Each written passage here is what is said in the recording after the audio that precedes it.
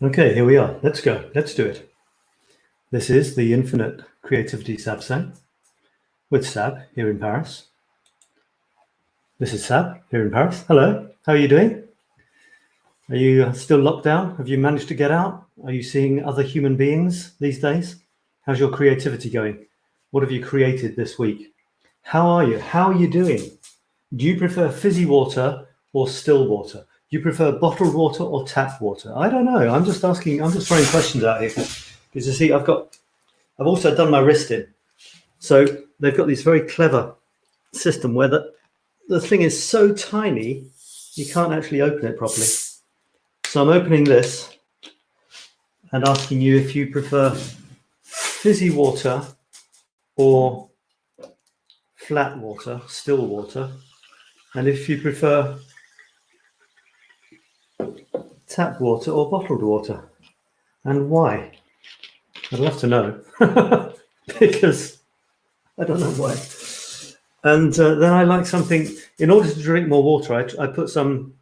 It should be proper, real stuff, but I haven't got any, so I put some of this in. And this is a lovely way to wake up in the morning. Can you hear me? It's a lovely way to wake up in the morning, I think, with fresh water and some lemon juice. Fresh lemon juice, freshly squeezed if possible, in there. Wow, that's really strong, fizzy and strong. So cheers and welcome to this week's Satsang. It's 2 hours of pretty relaxed or pretty intense conversation, depending on how you want it to go. One of the challenges I've had in the last, can you see that? In the last little while is learning to juggle. So I still am, and I still will be. I mean, for the rest of my life, you know. But I think I'm getting better. You see, I can kind of do a few in a row now, kind of.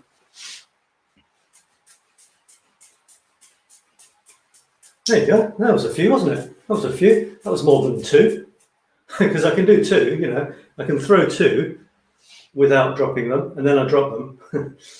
So there you go, you see, done. I've got Xander's balls to play with, and the sadly departed Tony Buzan left me 3 of his balls as well. So I've got those 2. These ones here.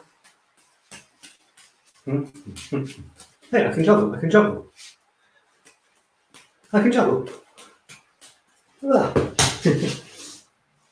I mean, there's a reason for me doing this, and I'm proving something to myself. I'm proving that I can go from 0, like dropping every ball, to not dropping every ball. Because in my coaching, I need to give people examples. I mean, it's helpful to give people examples of where at the beginning you were crap, and then with a little bit of effort, you get better, you see. So if you actually saw me a little while ago, you know, I was dropping these all over the place. And now, oh, I'm not so much. So one of the things I try to do in life, in certain areas, is live what I'm speaking, you know, walking, what do they call it? Walking the talk. So if I say to people that you can learn anything really in little steps if you do it a little bit every day. I'm out of breath from that. It's pathetic. I have to, for me, it has to be authentic. I have to be able to prove that I've done that. Otherwise, you know, I don't believe it. And I've proved I lost a few kilos. I can juggle, you know, like up to 10 in a row without dropping them. And before I dropped every one. So I think this is important. And it's remarkable how simple it is when you do a tiny bit each day. Really simple and really remarkable. So I do believe it. I believe it because I'm doing it.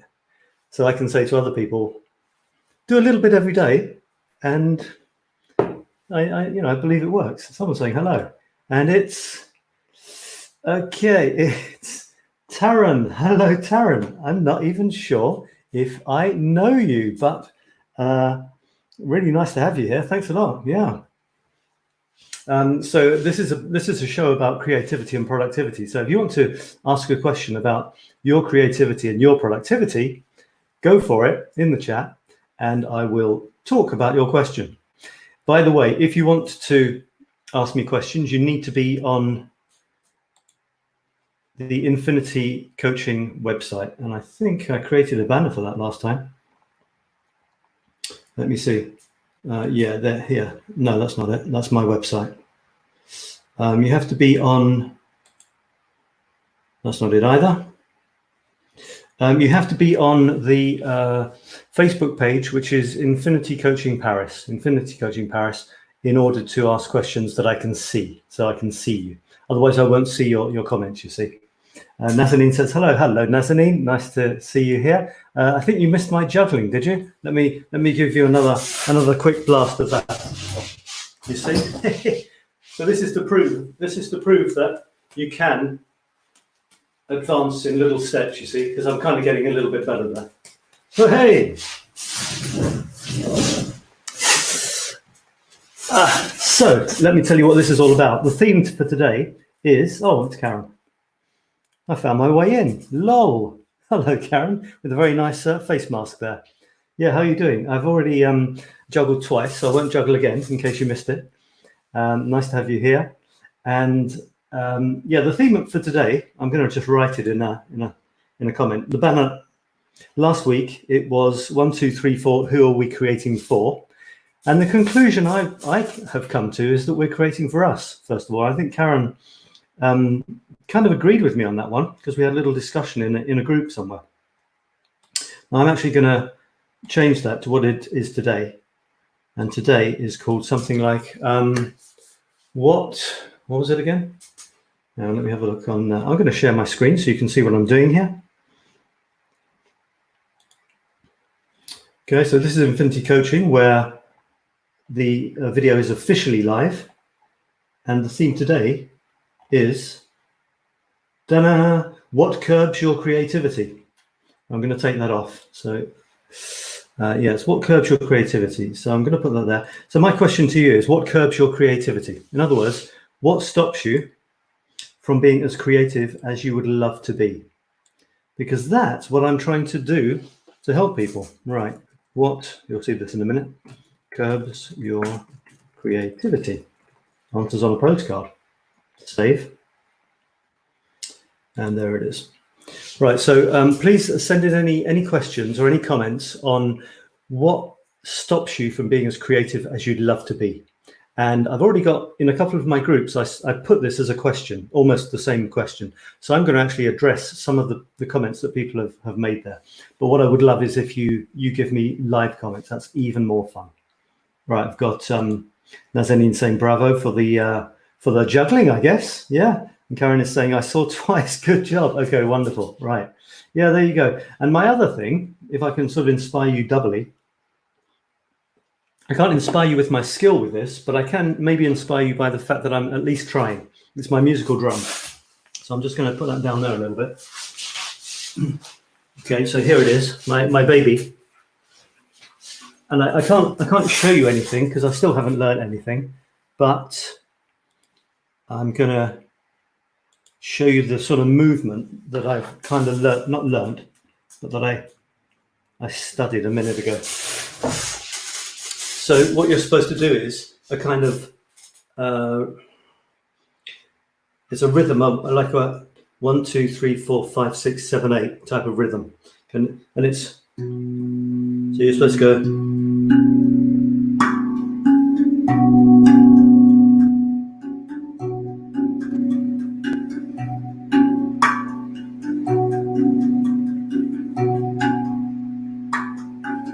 So that's one thing I'm doing. It's a little rhythm to learn how, to work on the 8 rhythm, which I don't even know anything about, the 4/8 rhythm, 4/4 rhythm, I don't know. But you see, it's supposed to be going bum, bum, bum, chung, chung, bum, bum, bum, bum, bum, bum, bum, bum, bum. So that's supposed to give me a sense of rhythm. And then there was this other thing I saw this guy doing, which I'd love to copy, because it was so nice, but I don't really have any. It was something like this. I'll do it slowly.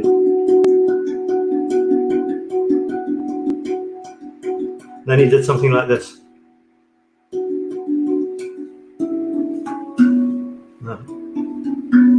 What's it?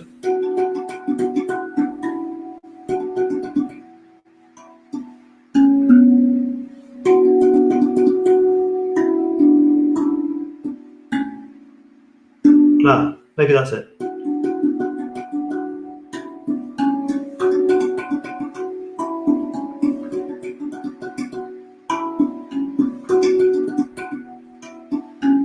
So there's potential for that to sound nice. But as I said, I haven't learnt it yet. But it's such a beautiful sound in its own right. You know, you bong it once and you think, oh, that's nice. So if I can only, you know, start to get some discipline going, and this is the same for the balls, right? I want something that I can walk past it like 50 times a day, and a few of those 50 times I will actually stop and juggle. Like I'm waiting for the kettle ball to boil. I've got a minute and a half, for example, to juggle the balls. Or it could be bonging out that little tune, you see. So that's it's a really good thing, which acts as an example for me. It reminds me that by doing little by little, you can get better. Even if I'm just getting to the point where I can juggle 3 balls without dropping them for about 10 in a row, it's much better than before. So that's the solid example. And I recommend you have solid examples in your life of that. It could also be something like finding the time to create stuff, because one of the comments in the group, one of the groups, when I said what stops you from being as creative as you'd like to be, was that I don't have enough time. And someone listed a whole load, a very impressive list of things that they had to do, which stopped them from being as creative as possible. So that's something we can talk about. So, I mean, one of the things would be finding something you can really do it takes a tiny amount of time. I remember when each year I would buy my membership to the gym, a few hundred euros per year. And it was great, you know, you buy it and you can go anytime you want. The trouble is, because you can go anytime you want, you never go, because you can go. You know, you can, therefore I can go tomorrow. It doesn't matter when I go. It's a marvelous excuse for not doing anything. And you kind of expect that once you've bought the year subscription, suddenly, you know, you get lean, you get tight muscles, you lose your fat and stuff. It just doesn't happen. It doesn't work like that. You know, you've actually got to go. So ended up going about 3 times a year, which works out at about 150 euros per session, which is not that good a deal, really, if you think about it. Exactly the same thing with the cinema ticket. I had a cinema ticket where you pay like 20 euros a month. And you can go and see every single film if you like, you know, all day long, every day. And I ended up not even using it for it to be worth it, instead of buying 2 full price cinema visits a month. Can you believe that? Because I had it. So, but I had to go to the cinema. I had to go to the gym. You know, there was an effort involved. Getting changed, you know, having a shower, smelly changing rooms, you know, people you do or don't want to talk to. There's all this sort of stuff, waiting for the equipment. So one of the best things to get going on something is find a way, I reckon, of doing it. Then, you know, I want to practice juggling. I'm doing it, you know, half a second. So I don't know what you think about that. Let me know. Where are you? Where are you guys? Just remind me. Let me know where you're tuning in from. I've got 𝗜𝗡𝗙𝗜𝗓 here. Hello, 𝗜𝗡𝗙𝗜𝗓. Hang on. Here's apparently they had time to write that list. Yeah. Okay. Right. This is Karen saying I'll show it. I might show it to you. I think I will. I said in the groups. I'll show you the groups. No, that's not what I want to do. I want to do this. My groups where I put this question were the Creative Smartphone Photography group. I said, what stops you from snapping as much as you'd like and why? Let's share ideas. And in the writing group, I put, what stops you from scribbling as much as you'd like and why? So in those groups, in one of them, someone had a big list. It was a very, very impressive list with lots of interesting acronyms and of all the things that they had to learn and so on.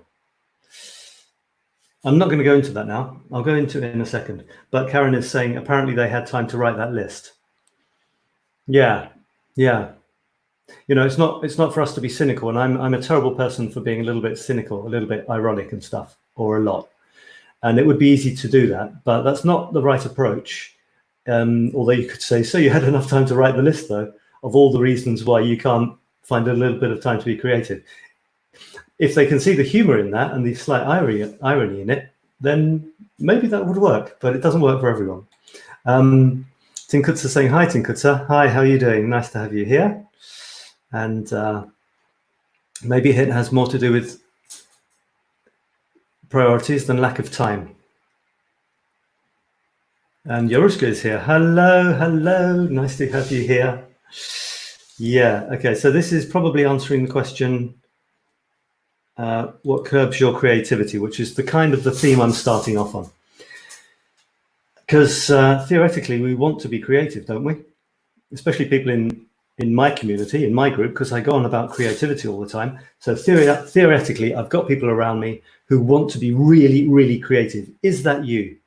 Do you want, you can answer this in the chat.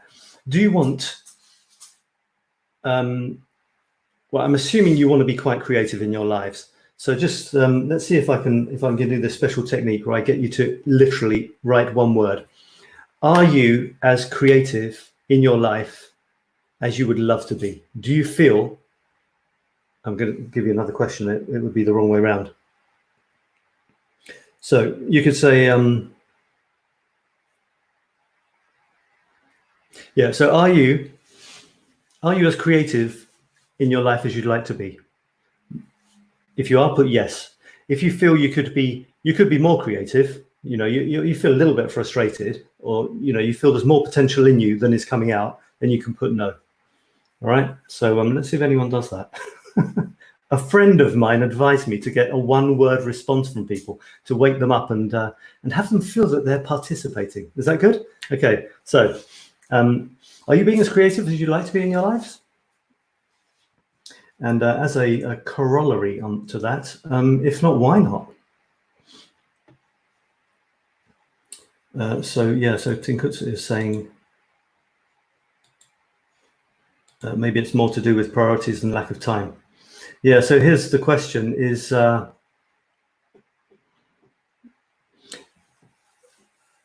let's go into this then. And Nazanin is saying no. She's saying no, she's not, she doesn't feel as if she's quite as creative as she could be. That's what the question is. No, she doesn't. So therefore she feels she could be more creative. How about everyone else? Do you feel that you're being as creative as you would love to be in your lives? Yes or no? So the thing with, so the question, which is, what curbs your creativity? There's a few different ways of looking at this. Some people would say, well, they have too much work, too much to do. They don't have enough time. They have too many pulls on their time. I just got another comment here, and it says, Chris is saying no, she doesn't feel, hello, Chris. She's saying she doesn't feel that she's as creative as she'd like to be. Okay. Karen is saying yes, but it would be good to do some other things too, apparently. So you're doing too much creativity and not enough else. Okay. And 𝗓𝗏𝗧𝗧 is saying maybe. Yes, no, and maybe. Okay. All right. So what are some of the things that stop us from being as creative as we'd like to be? This is all off the top of my head, by the way. I'm making it up as I go along. One of the biggest things is people say they've got too much on, especially work and family.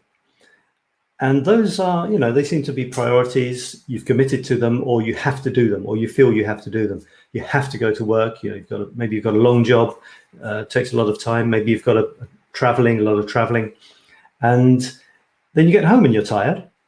And if you don't have a job where you feel that you're being as creative as you'd like to be, then you might feel that, you know, you haven't got enough time. And then there's family demands and such like. I thought of another one, and that would be maybe that you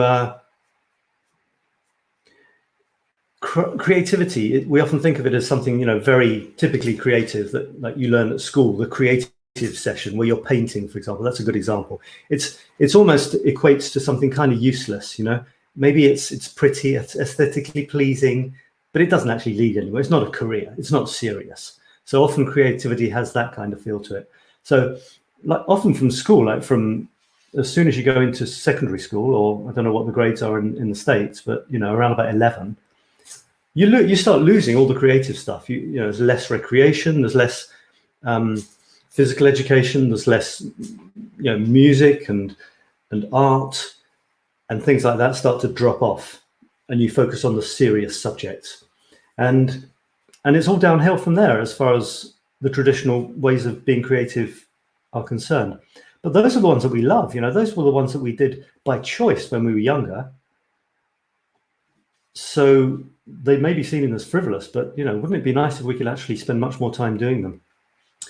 And so it could be looked on as a choice or as priorities as well. You could be creative, but you could also sit down and relax with a drink and watch Netflix, or you could go out to the cinema with people. You're being creative, you're being social, as opposed to doing something creative but on your own. So yeah, it could be a question of priorities. You do have time, which you could, your leisure time, let's say, if it's not part of your job to be creative, but you choose to use it in other ways. You're really a big fan of such and such a series or such and such an author, or there's a new exhibition on, so you go and see it. Okay, fair enough. But that could feed your creativity. But if you've got to the point where that's all you do and there's no time when you are creating, then the balance has gone way, way towards consuming. You're consuming more and more, and you're producing or creating less and less. And my little mantra is, I think that being creative on a regular basis is a wonderful way to lead a worthwhile, enriching and generous life. That's my little mantra. I used to say I believe, but I changed that. Now I say I think, because belief is a terrible concept. It's very, very complicated, belief. And I decided not to believe in anything. So I don't believe in anything now. There you go. So now I say I think, because I know that thoughts are kind of weird and kind of imaginary, and may or may not exist or be anything or mean anything. And we are probably way beyond our thoughts, whoever we are. So I like think, because in there, there's all the sort of provisos, I think, but I might be wrong. It's all in there. So I do think, it seems to me, that being creative is just wonderful. It seems to be a great gift to ourselves in a way. It seems to be something that needs and wants to come out all the time, and we're only stifling it. It's not that we have to find it because we've lost it or we never had it. It's that we're stifling it. We're made to be creative. And I also think that we're being creative. We're creative beings. We're creating every moment of our lives, every next moment. Every time I do this, I've decided that the next moment of my life is going to be me putting this hand in front of this one. I kind of created that, and then I created the sentence to tell you about it. So we're kind of fundamentally creating all the time. Therefore, creating is part of us. Therefore, the more we create, and with passion and enthusiasm, and the more we create things that not just, create a cup of tea, create a painting, something beautiful and colorful to go on the wall, or, other things, the better we feel. That's why I equate having a good life to being creative in a way. I could even equate being creative as much as we can with a sort of enlightenment, because when you're creating, you're in the moment. You're not thinking about tomorrow or yesterday. You're not comparing yourself with others if you're really in the creative moment. And it does happen. As soon as I start writing, the next thing I realize is that it's time to stop writing, and I finish the article. Or as soon as I start painting, the next thing I realize, oh, it's time to go and eat, and I finished part of the painting. But I didn't notice myself in the process of doing it. That's the thing. It's because that's what we want. We want this creativeness. We want it. So I think it's really important to dedicate some time to being creative, not just consume all the time. So, I mean, that's why I'm here, is to help you to be more creative, to believe that it's a valid thing to do, to find ways of being more creative and being more productive as well. Because creative for me is kind of having the ideas. Yes, it's doing the stuff, but productive is where you really create something solid that is, I was going to say worth showing to people, but yeah, kind of, yeah, you know, you're proud of it enough that you say, here is my latest work. It could be a collection of photographs, 9 photographs, for example. In my photography masterclass, each week we're doing a series of up to 9 photographs. That is something to be proud of and to show to people. They each have a web page for each of these series of 9. That web page is beautiful. It's something they can show proudly to others. That needs production, you see. It's not just about creativity. That needs to be produced. Choosing the size of the photos, the style, is it going to be black and white, sepia, the topic of the photographs, you know, the 9 together, some of them are looking this way, some are looking that way, some are looking direct, you know, there's all these things to take into account. This is sort of it's creativity mixing into the manifestation of the creative idea. So you've actually got something to say that you're proud of at the end. So I really do fundamentally feel that being creative is a wonderful thing. And that's why I try to help people to be more creative. So we could go back to these this woman's list, if you like. Should we go and see if try and find this famous list? I don't know if I've got a list like this as well. You know, it's not picking on anyone. I'm just trying to work out which one it was in. No, it wasn't that one. This one here.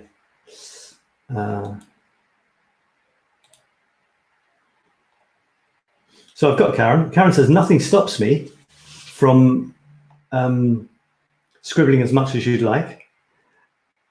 She's covered a hardcover notebook, especially for that. Yeah.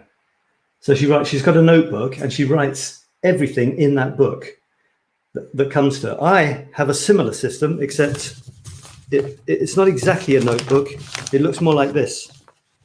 I think you might be really impressed here. Okay, it looks a bit more like this. That's my system. Paper after paper after paper of stuff, and you know, whatever works for you. But it's a good idea when you have an idea to get it down, because if you don't get it down quickly, you might lose it. Especially if you've got the sort of brain that goes chung chung, a new idea, blah, blah, blah, new idea, blah, blah, and you'll forget the last one. So I would recommend you write down every good idea. You get a line for a great intro to an article. Get the line down and put it somewhere, because that line is the start of an article that your brain or subconscious or whatever thought would be a good idea to bring into being. That's all you've got, that line for the moment. Lose that line and your brain will go elsewhere because it gets bored. It's got a short attention span. It'll say to itself, you're not interested enough in that idea, in that line that I gave you? Okay, well, I'll find another one for you. But you've lost that one. And you know, the first line, the article for me is as good as written once I have the first line, honestly. I closed it actually. I'm in the process of writing an article. I've got 2 articles in mind. And one is about memes, people who post memes. I'll tell you about that in a minute if I remember. And the other one is an article called Wiring for Women. Wiring for Women. I'm aware that I've got a lot of ladies on the call here. It's a kind of curiosity, jokey article. And obviously I make fun of men as well. It's the fun of being that there are differences between men and women. Thank goodness, you know. But, you know, that's what I do. I do sometimes dare to joke about that stuff, and it's all about how it. I mean, all the women I know do this, and I don't have any male examples, so I'm assuming they don't, because they're probably like me. Women, probably almost all of them, based on my extensive survey of about 4, they see the phone charger in the plug thing, and the thing is sort of wavy and not tidy. So they take it, I could say you, I guess, because you're women, they take it, or most of you, they take it and they go like that.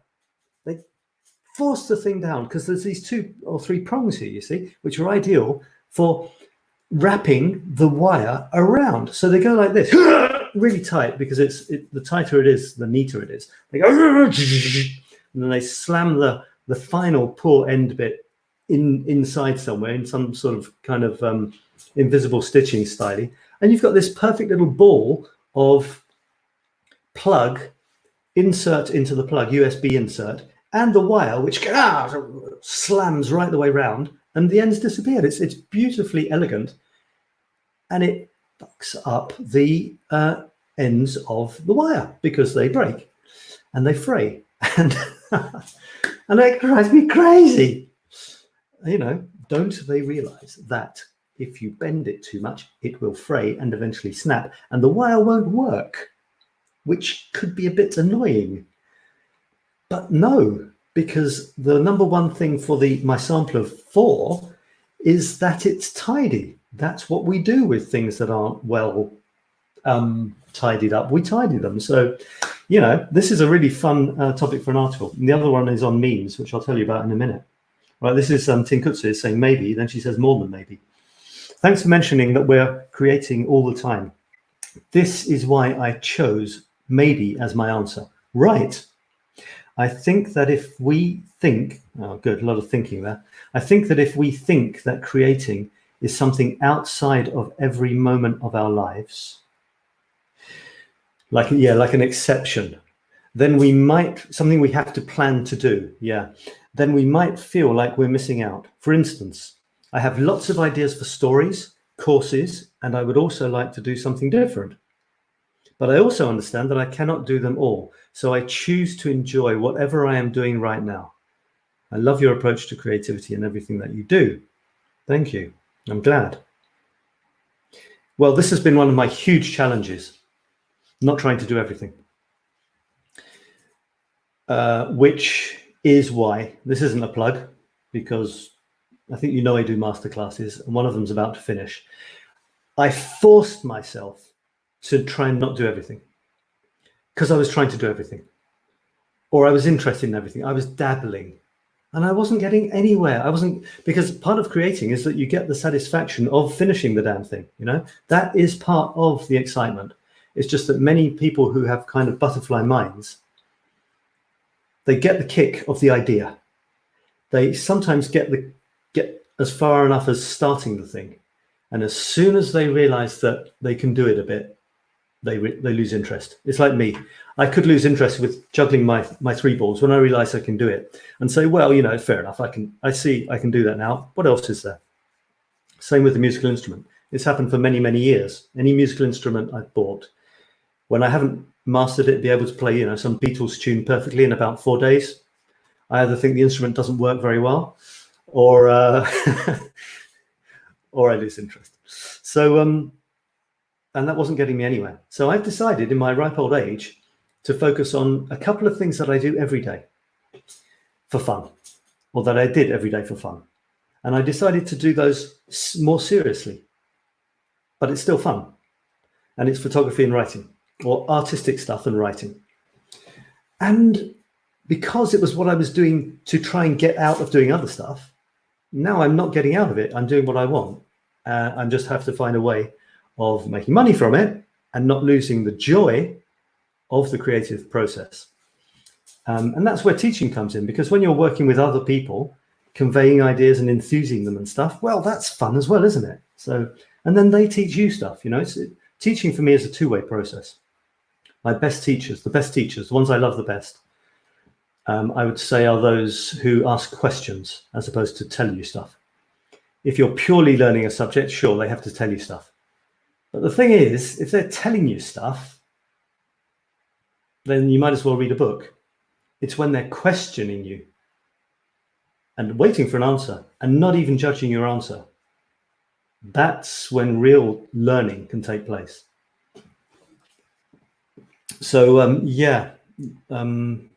so, I mean, I agree with you. This is how I try and look at things. This thing about try to enjoy whatever you're doing right now. This is one of the big aims of my life. And to be honest, it seems to me that it's almost one of the aims of all the sort of, well, maybe not all, some of the Eastern ways of looking at life. You can go through an entire long, huge, drawn-out process, years sitting in a cave if you want, or sitting in some weird yoga position chanting. But it seems to me that the end of this whole thing is for you to finally realize that you're okay now and just get on with your life. So I'm taking the fast path, I'm just going to enjoy my life now without having to go through the 25 years of meditation and stuff. I'm not a big fan of meditation as such. It just doesn't seem to be my thing. I just don't seem to need it. It doesn't seem to do that much for me. I like sitting quietly sometimes, but I'd often rather listen to music or be writing or, painting. Does that make me a less spiritual person? I don't think so, because for a start, comparison is a waste of time. We're all different. And if the whole aim of the deepest possible religious or spiritual experiences possible is to actually come back and just be yourself, that doesn't sound like rocket science to me. The main thing is actually coming to terms with some of the human trials that we have on a daily basis. Like we lose someone that we love, or, we get hurt and it hurts. This isn't nice. How are you supposed to appreciate that? At the time it's happening. Oh, this really hurts. Great. Love that feeling. No. But you can kind of fundamentally be pleased that you're alive. If you don't feel anything, then you're probably dead. So anyway, I won't go down that route just now. I'll try and stick on the topic at hand, which is that thing that I've forgotten. What curbs our creativity? Karen says, I'm writing in my book even now, as I just got an idea for the next blog post. Yeah, well, Karen, you had some very interesting comments here. I'll see if I can make this bigger so you can actually read as I speak. Is this going to work? Come on. Yeah, there we go. I don't know if you can see this, but I'm trying to make it big.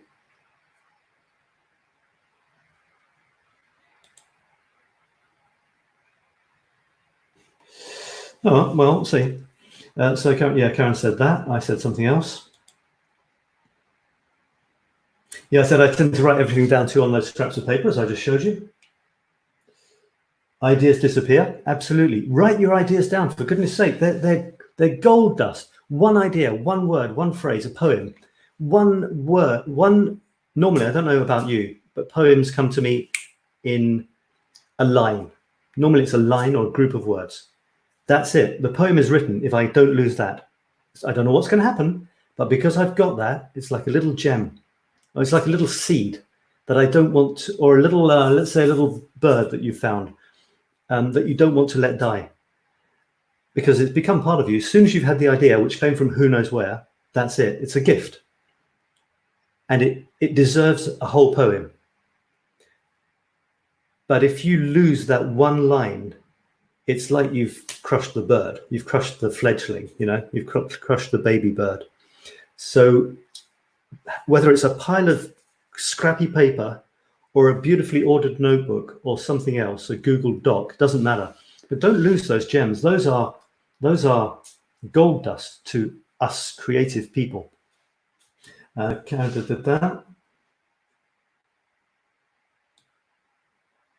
that's me again.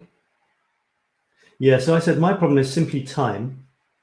I just don't have enough. I said this just to get things going. I'm not sure if I totally believe that, because time's a funny old thing, isn't it? I could write forever, but unfortunately, or probably fortunately, there's a bunch of other cool stuff I'd like to do too. So it's always a compromise.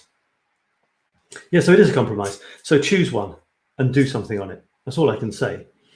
Somebody mentioned that later on, and I didn't finish it. I asked a question, and I'll see if I can find it. Karen says, your first sentence is my problem. So if you insert the word the before time, the time. I haven't written one word in my blog since this virus reared its ugly head. I do not want to focus on that in my blog, and I am not out experiencing other things, and everything I think of comes back to the situation. Okay. Yeah. I haven't watched the news at all for the last 8 weeks. Practically nothing. I mean, I know the virus is going on. I know people are talking about it, but we're staying at home. So, I'm not quite sure. That was a choice. Although I don't have a TV. I could watch TV through my phone, but I don't. So, it's a question. Why do you watch TV? Why do you watch the news? And there's all this talk about fake news and stuff as well. And whether it's fake or not, I mean, it's like a wall of negativity. Probably there will always be the latest death toll, for example. There will be anecdotes and stories and so on, etc., etc. Of course there will. There always will. And if it isn't that, it's something else. It's some, idiot politician's done something else, or there's a new war or something, or new explosion. I mean, I turned on the news once. No, I caught something on the BBC app. I just clicked to see what it was. First thing I saw was some people in some country have had nothing better to do during the virus than to go into an orphanage and kill the children and pregnant mothers, gunmen. I mean, what do you do with that? What do you do with that? Am I in a position to have either stopped that or to do something about it now? Not really. It's difficult, isn't it? I mean, like some faraway country, an atrocity happens. You still feel guilty because you're not doing anything about it? I don't know. You got to find your own personal way of feeling that you're contributing to the world. And you could say that's by being as nice as you can be. It comes back to the basic values, doesn't it? And maybe creating nice stuff and giving to others and listening to others. If we all did that, well, maybe there wouldn't be people killing people. I don't know. But that's going off the mark a bit, isn't it?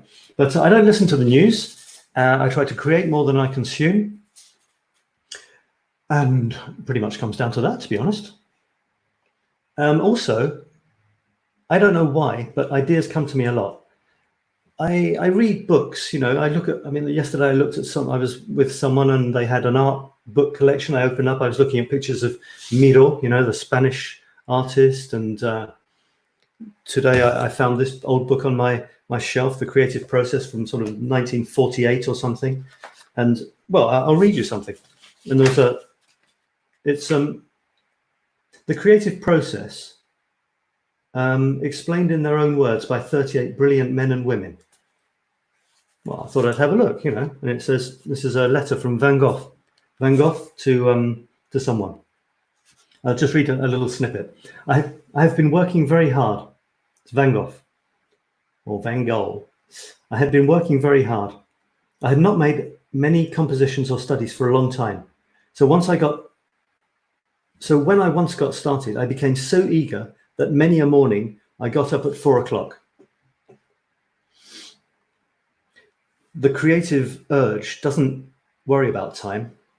When you get creative, you forget time, and time becomes irrelevant. And that's actually a pretty good way of living in the present. You might get tired sometimes, but it shows that we're living in the present. Many a morning I got up at 4 o'clock. This burning desire to create. Sleep? What for? It's a waste of time. And then later on he says something about I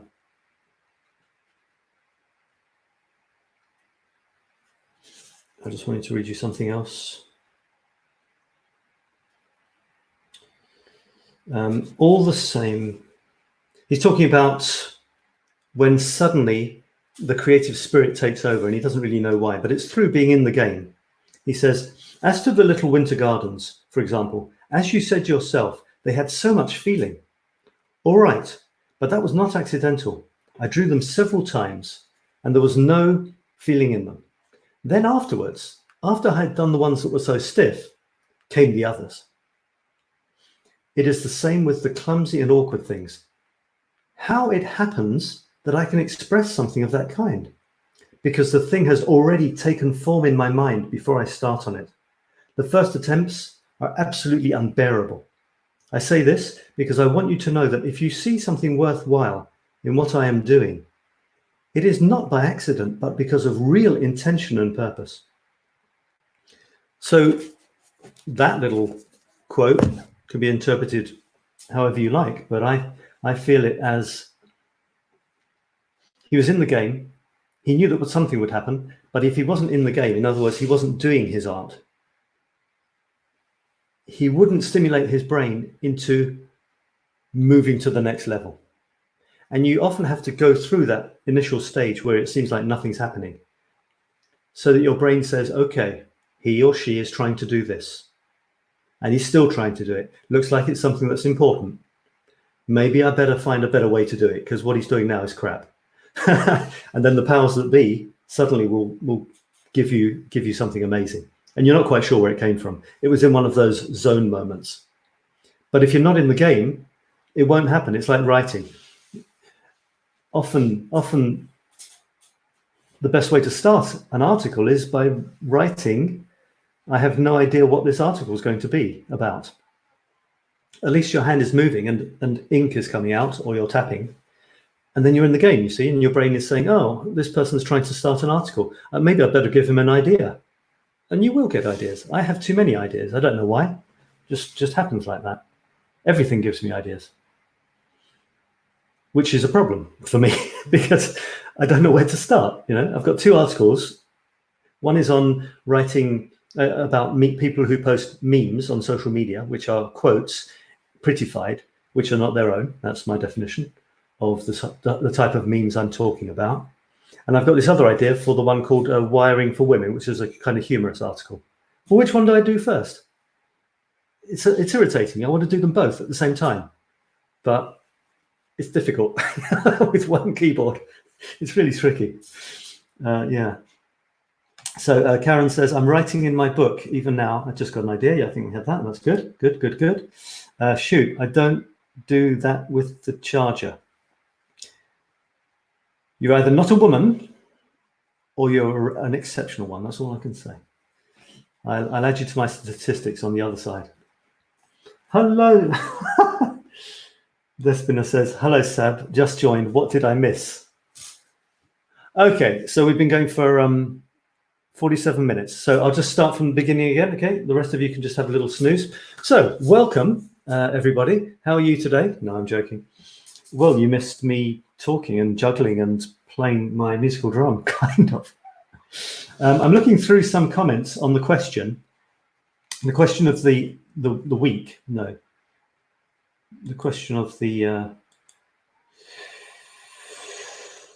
question of the day of the Sabsang, the Infinite Creativity Sabsang, is what curbs your creativity? And I would like you to comment. I would like you to ask me questions about creativity, productivity, and such like around this topic, if you like. I've got one here. This came right after. No, it said, Yana says, I've stopped myself.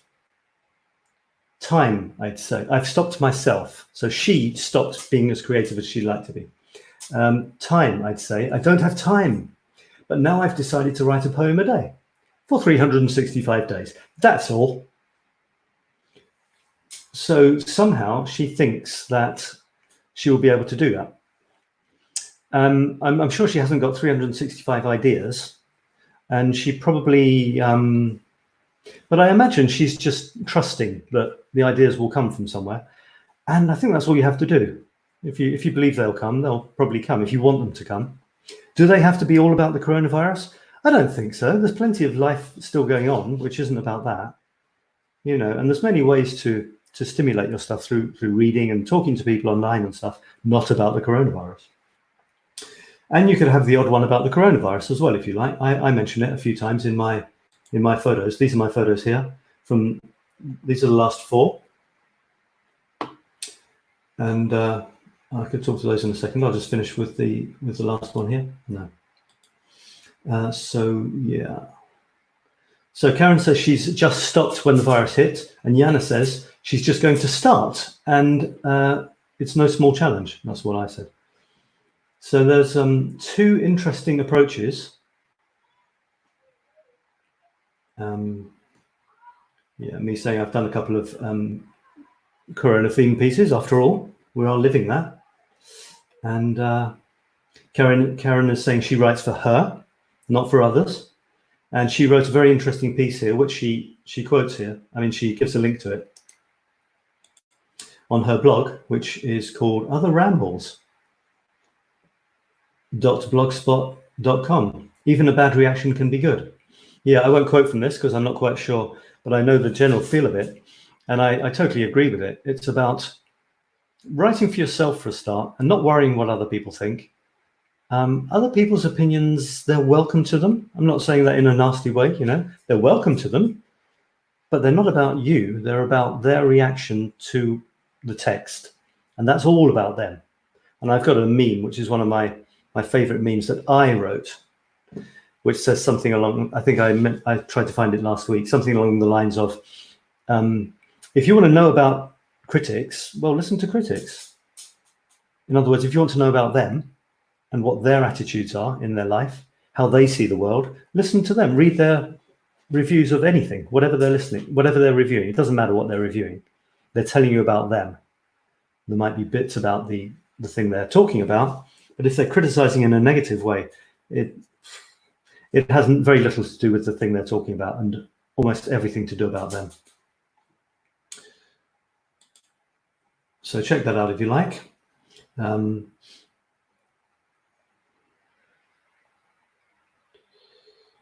Tasha says, this is a great reminder. For me, the block seems to be too much going on. Even in this shutdown, being a business owner, I have so much to keep up with and figure out. There's just not the time I had hoped for. I think a lot of people have found that.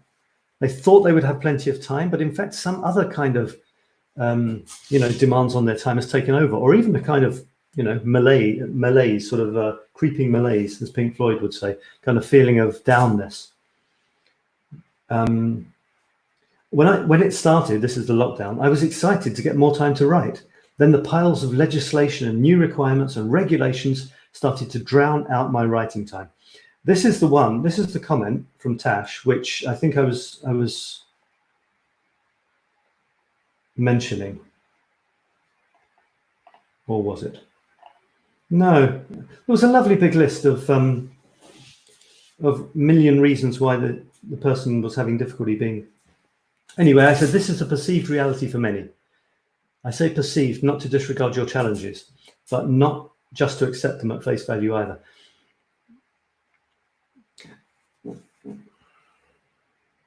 A lot of people, they'll give you reasons why they can't do things. It's a very popular thing to do. And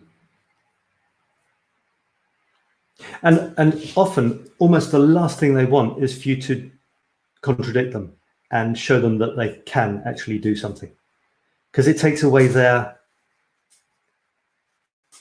way of getting attention. This is being a bit harsh. Maybe it's not 100% accurate, but I'm sure there's part of that in there. It's like ain't it awful? The ain't it awful game, or more precisely, you think that's bad? Listen to what happened to me. A lot of people, they enjoy the attention they get from saying how crap their lives are, which is a shame, really. It's very counterproductive if your aim is to be as productive and creative as possible. It's really shooting yourself in the foot. But some people, that's the way they get a lot of their self-worth, is through the attention of others. And one of the best ways some people find to do that is to draw attention to themselves, is to tell awful stories about their life so that they get pity. We're not in that game, though, us, who are trying to create. It's a very negative, destructive game. It's pointless. It's a waste of time. All this time that you want, well, don't waste it on trying to convince people that you don't have time, for a start. If you're creative, you can find a way. It's either by finding a clever way to get enough time to do something, or it's by being sneaky and finding 3 minutes. These balls live in between this computer and the bathroom. So, or in between and the kettle, you see. So I go there, I see the balls. I say, there's my balls. And then I go to the kettle, put the kettle on, and I think, well, I'll juggle the balls. That's what I want to do. I want to learn to juggle a little bit. It sounds fun. It's supposed to be good for the brain. I just passed them, so I saw them. I've got nothing to do that I can usefully do in a minute and a half. Yes, there is. I can juggle my balls. It's a perfect example. You know, it could be anything. Anything that's tiny and it's on, leave it around. It's like Teen Kutzer says, you want to drink more water. Well, make it so that you pass a bottle of water, a nice, attractive, fun one, wherever you go in your apartment. You know, you walk from here to there, you pass a bottle of water. So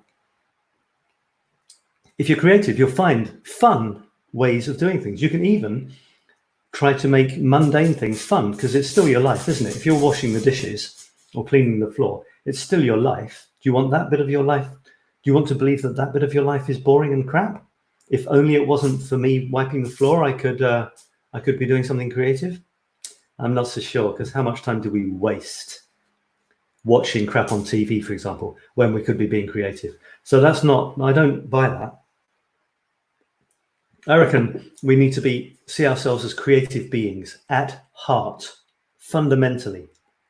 We are not anything but creative beings.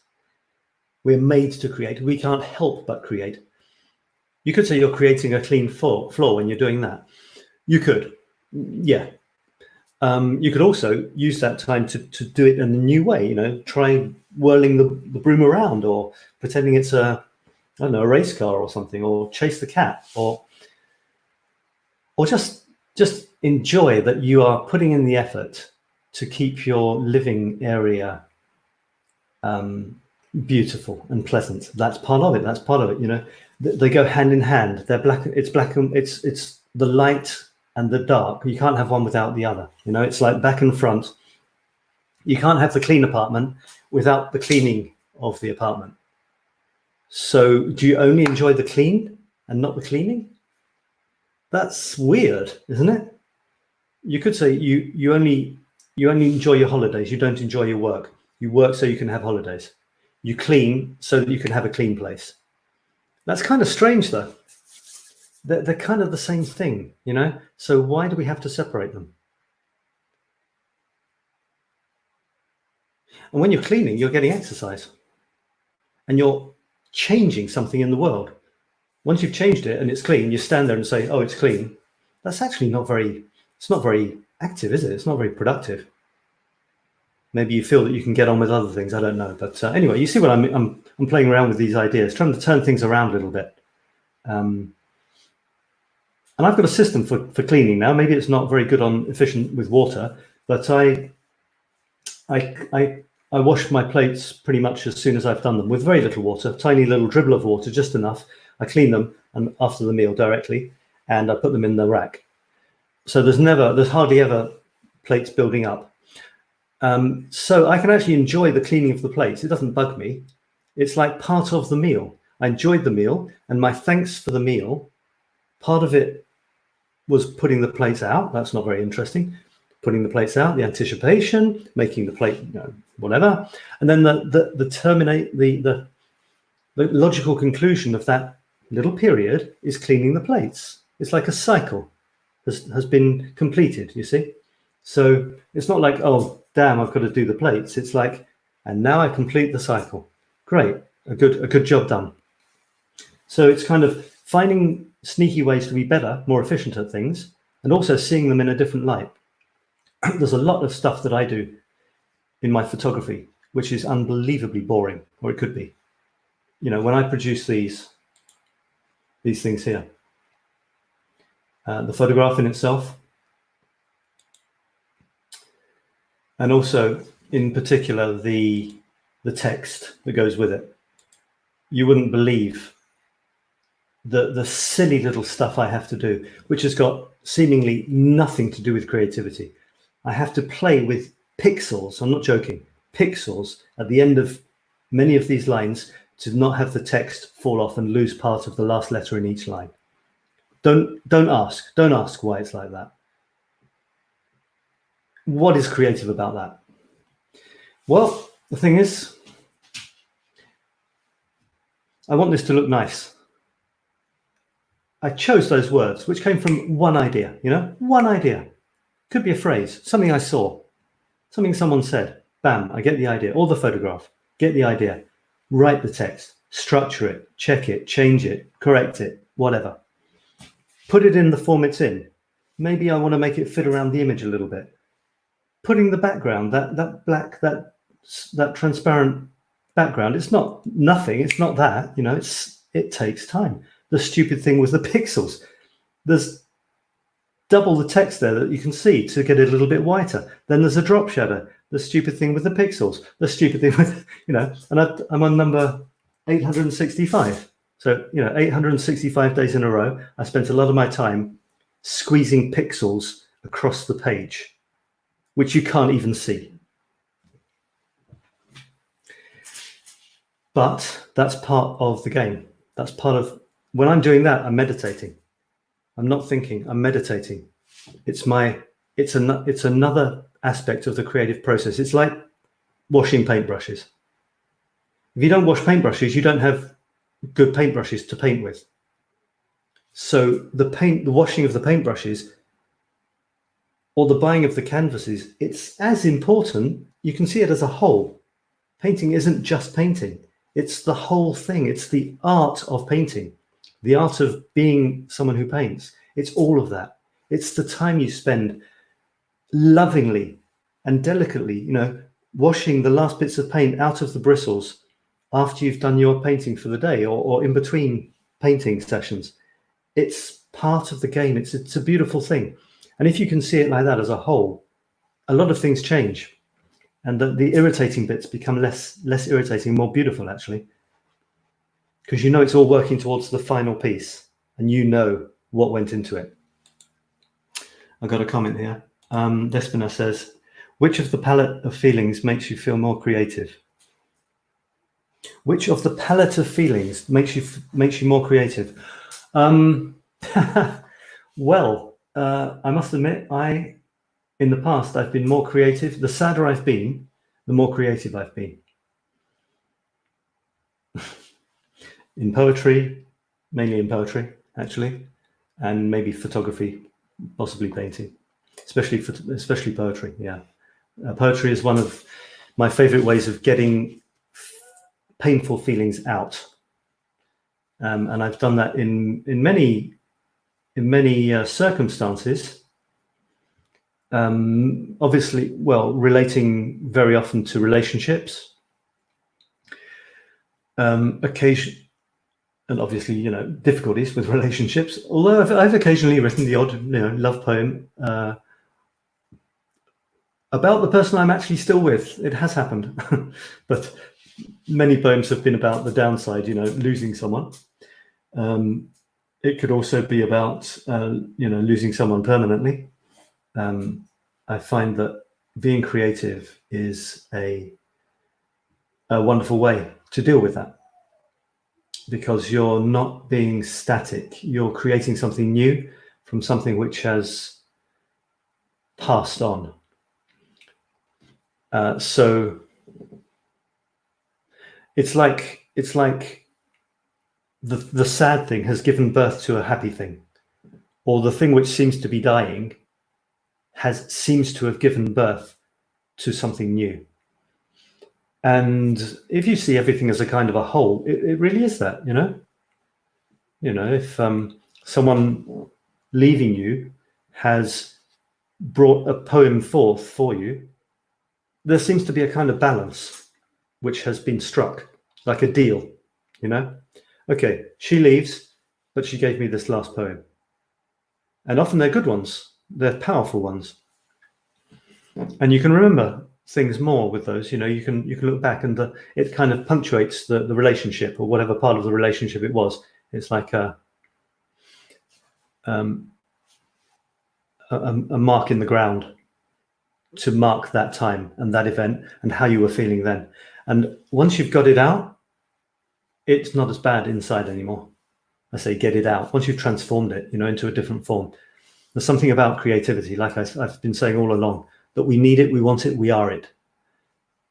So when we allow that to happen, things seem more balanced.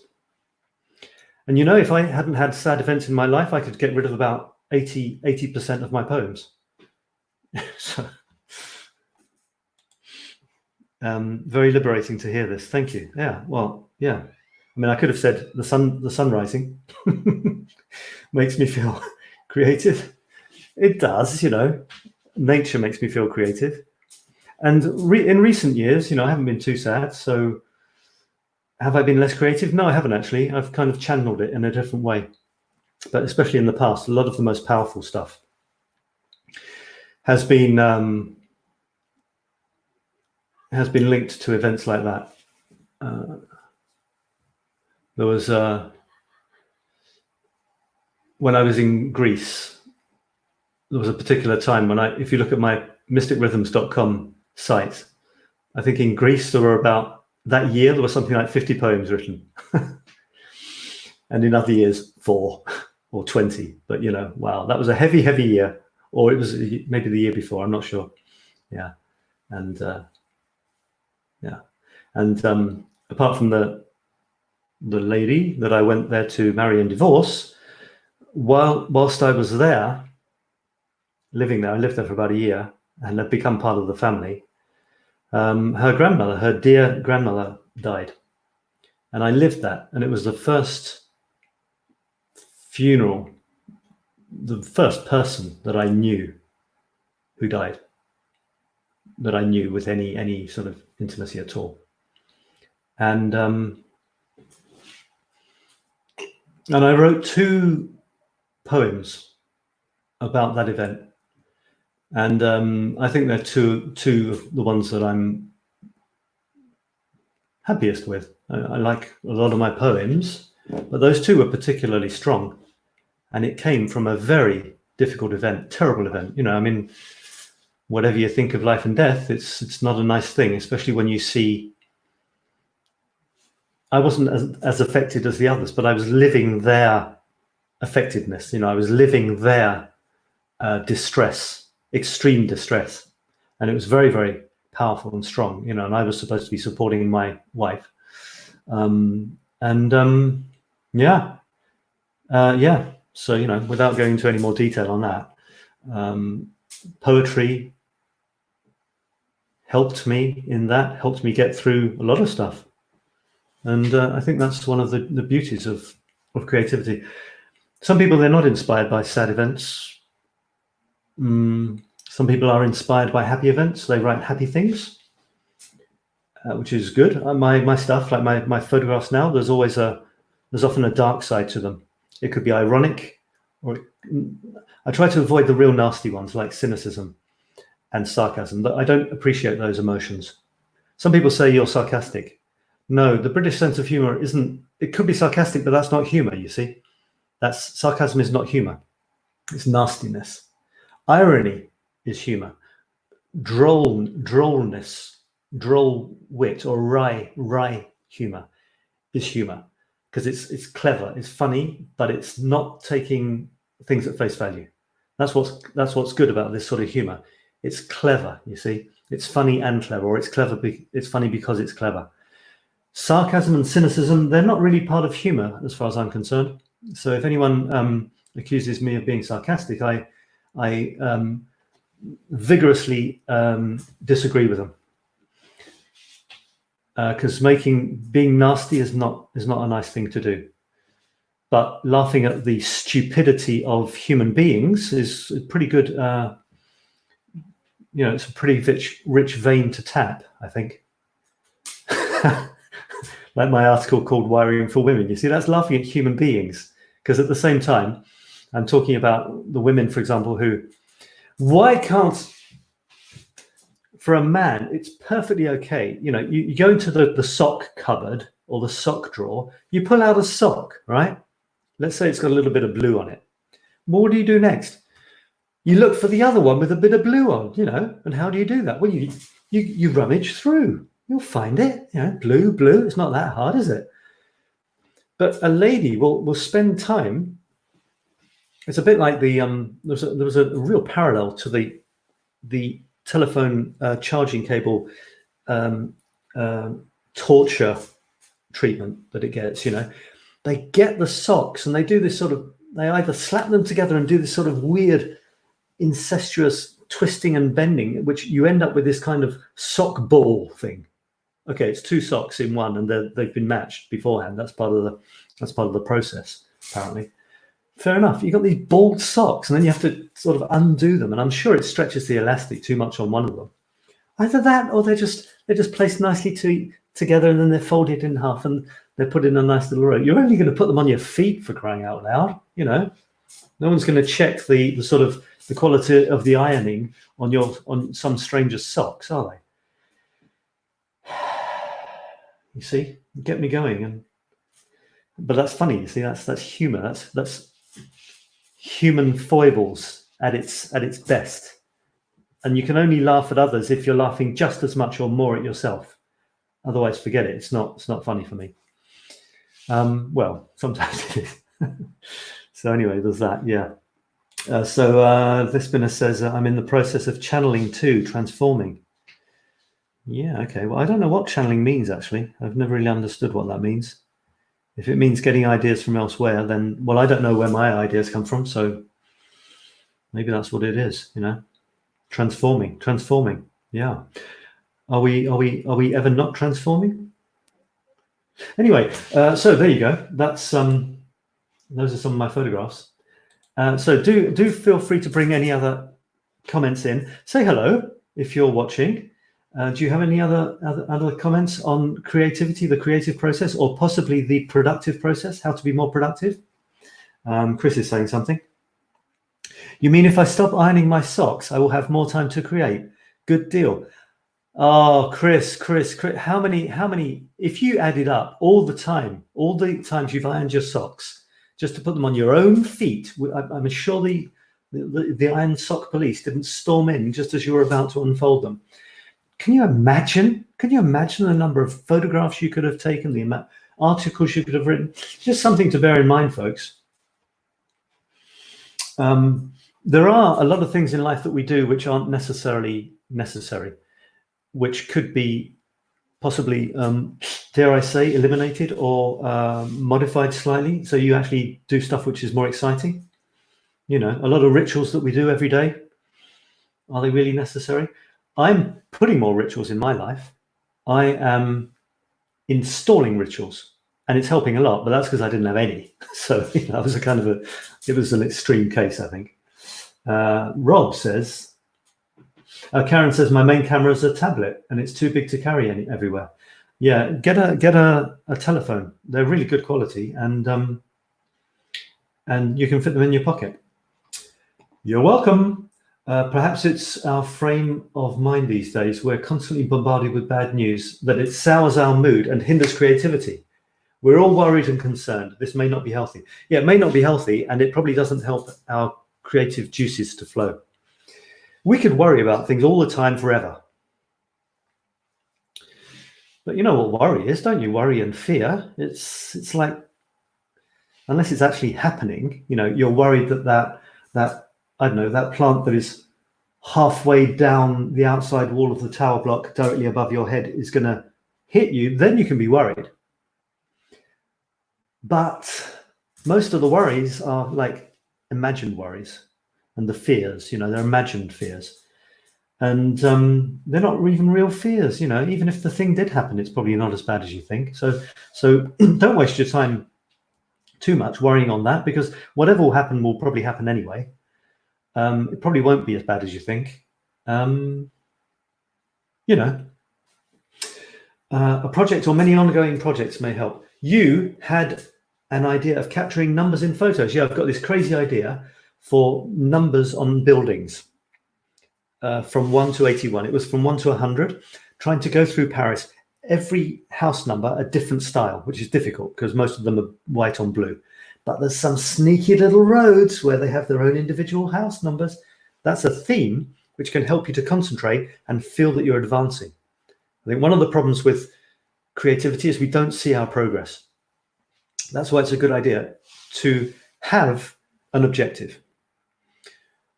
I do fight for people to focus more on the present moments. I used to be a big fan of goal setting, and I'm less now, really, really less. But it still helps to feel that there's some reason for doing what you're doing right now, right? right now, right? So I put the things I'm doing today into the context of a bigger project, not my life, not the project of my life. That's too vague. I want to imagine that at some point something's going to finish and it's going to be amazing. But as soon as I've got that idea and it seems cool, I kind of forget it and I get on with today. So I do have goals, but they're daily goals. So my goal for my photography each day is to publish a new photograph of Paris. My goal for my writing is to accompany that photograph with a new piece of writing. And they're together, you see. So it's 2 in 1. Double whammy. And I feel good.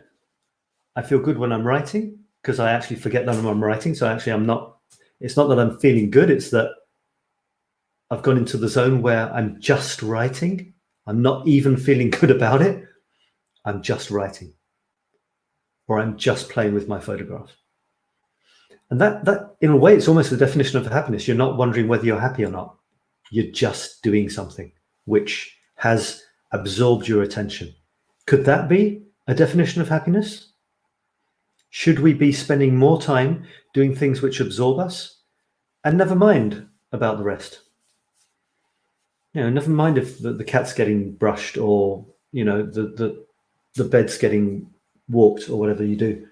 Just get on with that's. But like I said, I know that each one of these, because I do them every day, I'm building up this great collection, huge collection of stuff, and it's all the same. They all look like this. You see, they all look like that. Square image, my little thing in the bottom there, and photo on the theme of Paris. It's not always Paris, but Paris is my thing. I think you know that. Find your thing. And my proviso on this is, yes, but aha, you don't find your thing finds you. How do you let your thing find you? By being in the game, by letting it find you, by letting the universe realize that a certain thing that you like doing is important to you. And to do that, you have to do it. And as soon as you do it, the same power that's sort of probably brought you into being will give you a ton of ideas on how to get even better. As long as you're in the game. If you're not in the game, the powers that be don't really know what you're trying to do. They haven't got a clue, so they can't help you. So it goes back to Van Gogh, you see. He did the stuff. He said it was absolutely unbearable. Do you remember? He said, the first attempts are absolutely unbearable. That's Van Gogh. And then after a while, magic starts to happen. Great, because he was in the game. So, I mean, I encourage people. It gets very, very simple, actually. Of course, everybody is different, which keeps it interesting and different to help people to be more creative. But the actual fundamentals are pretty basic. Do a little bit every day. That'll send out signals that this is important to you. Ideas will come.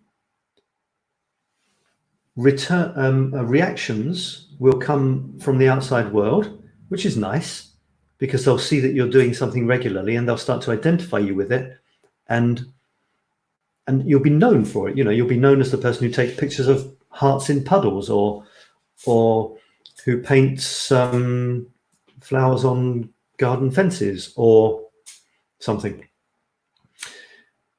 And that's kind of satisfying. It gives us, there's a lot of talk about meaning and purpose in life. I'm not quite sure where I stand, but a bit like with goals, I've kind of moved away to this wonderful purpose that's out there, if we can only find it. A bit like this wonderful person that's out there for us, if only we can find them.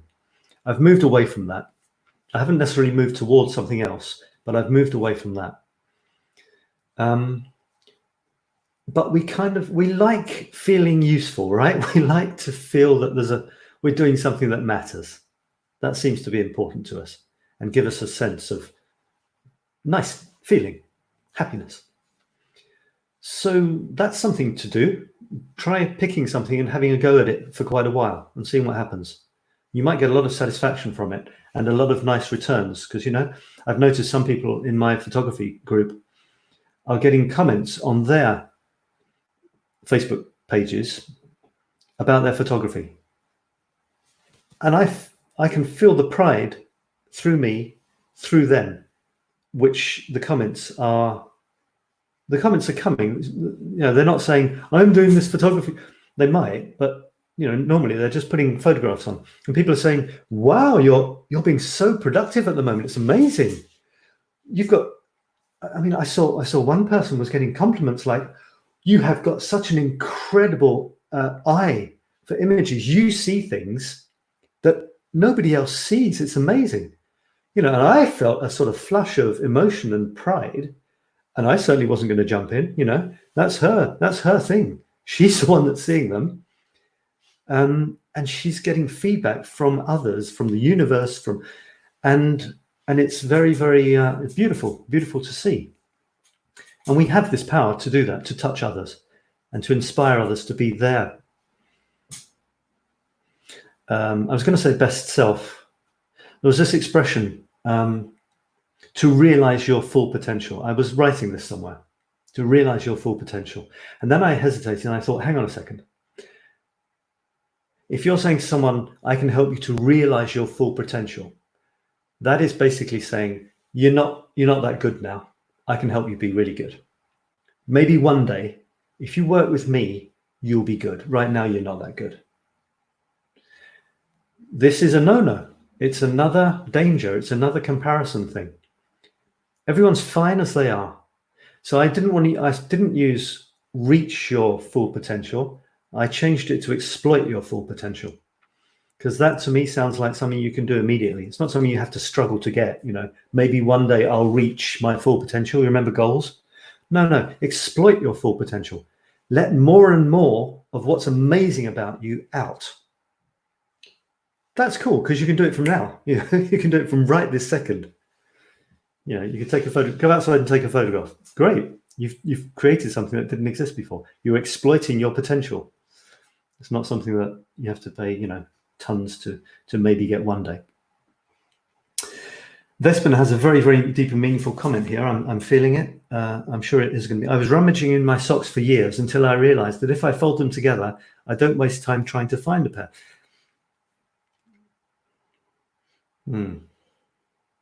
It took you years to have this realization. Yeah, well, I haven't had that realization because I kind of realized that probably would be true. I just couldn't be bothered doing it. So it's kind of a choice for me that the rummaging, I occasionally put them together. I have to admit, if I see two that look similar on the clothes horse, I might put them together. I'm not against the idea, but some people, they like their chaos. They like the fact that they're untidy. What sort of a creative person are you? Are you one with chaos everywhere and you're perfectly happy and you're in all that? Or do you have to have everything completely organized and perfectly tidy so that you can concentrate on what you're going to be creative on? What's your thing? I'd like to hear. That'd be very interesting. So there we are. Starting to get a little darker now, although the nights are getting very long, aren't they? My goodness, the sun rises about 6 now and it goes to bed about 9:30. Amazing. So those are my photographs from this week so far. Those are the last 4. This is the good old Paris metro, and my story is that my son could see this and immediately know what train station it was because of the possible combination of changes, which is cool. He was watching this video. I think you saw it. Maybe you saw last week, was it? Or maybe it was Monday. He came on the show on Monday in the photography group, and he was saying that there was this music video of a guy playing music in a train station in Paris. And he looked at the music video for a second and he said, "Oh, all right, Châtelet-Léal, the name of the station." What? How did you know that? And there were about 3 train numbers. And he knew that the only combination of those 3 train numbers in a station was that particular station. And he is creative. My son is creative. Not a big fan of schoolwork and stuff. He's a good student. I mean, he's a sensible one when he's there. But my goodness, he has problems concentrating. But that's because he'd rather be learning and creating in different ways than in the sort of standard school system. I remember one year he got an expensive present from a great aunt, his mother's aunt, and she was happy to give it to him. You know, she thought it would probably be the best present that year. You know, and she was waiting, you know, certain anticipation for him to open it, waiting for the, you know, the love to come, the overpowering wave of gratitude and all that. And well, he did open it eventually. It was a bit small, you see, so it wasn't the first one that attracted his attention. He eventually opened it, and it was a PlayStation thing, something like that. The latest one, I don't know, a bit of blue and a really fancy one, really good, cost several €100, I think. And it was a bit complicated, and he couldn't start playing with it immediately, so he just put it to the side and carried on with the next one. So that was a bit of a letdown for the giver, who actually wanted to be quite a bit of a receiver as well. And he actually found it more fun to play with the box that it was in, and a set of wooden rail things that slot one into the other. A whole set cost about €10. He was absolutely in heaven with that, because it meant he could extend his railway system, which already had tons, but he had more because he had an extension in mind. And with the new set, he was able to perfectly construct a section of the one of the actual train lines in Paris, including a flyover section, with a couple of little details that actually really did exist, all out of the most basic stuff you can imagine. And you know, never mind for the poor old €350 PlayStation thing. So there you go. You see, it's not about money. It's not about what other people would like you to find amazing and stimulate you. It's a very personal thing. So yeah, there you go. And he's got a wonderful. He loves the Paris metro system. So he creates anything to do with that. His passion. He'll spend hours creating a very, you know, almost to the signal perfect replica out of shoeboxes and things like that, because that's what he's passionate about. That's his thing has found him, if you like. My thing has found me with photography, and Paris, because I like wandering around and taking photographs of anything and everything. You know, funny little things, playing with the focus here. You see the focus on, this is sharp, the key thing here, and the funny little knob there, with, you know, a very bright cockerel in the background, the way you do. These ones are very. This is part of 𝗂𝗏𝗏 with this very, very sweet or maybe poignant statue. You know, this is obviously, I think it's a guy, because he's looks more like a guy. And so you know, a long lost couple. I think I wrote something quite interesting about that. What did I say? Is that worth reading?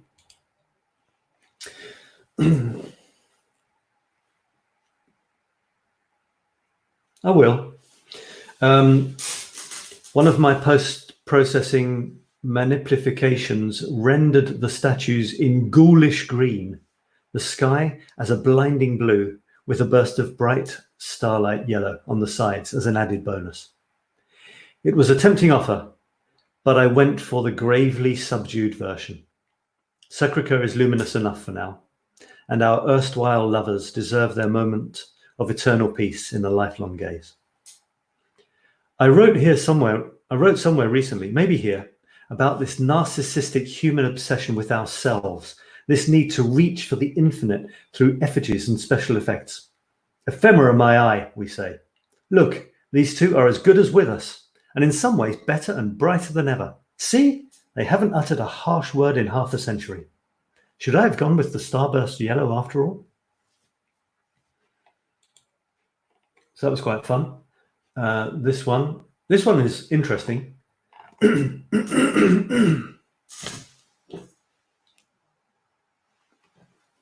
don't want to say too much actually, but this was on a platform in Paris, and it's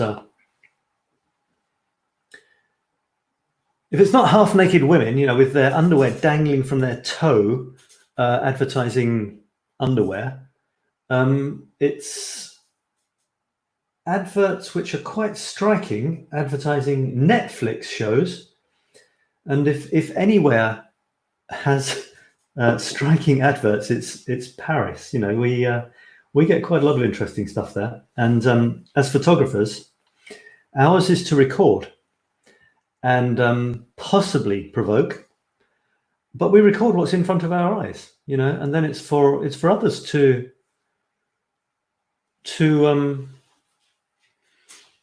react if they want to react.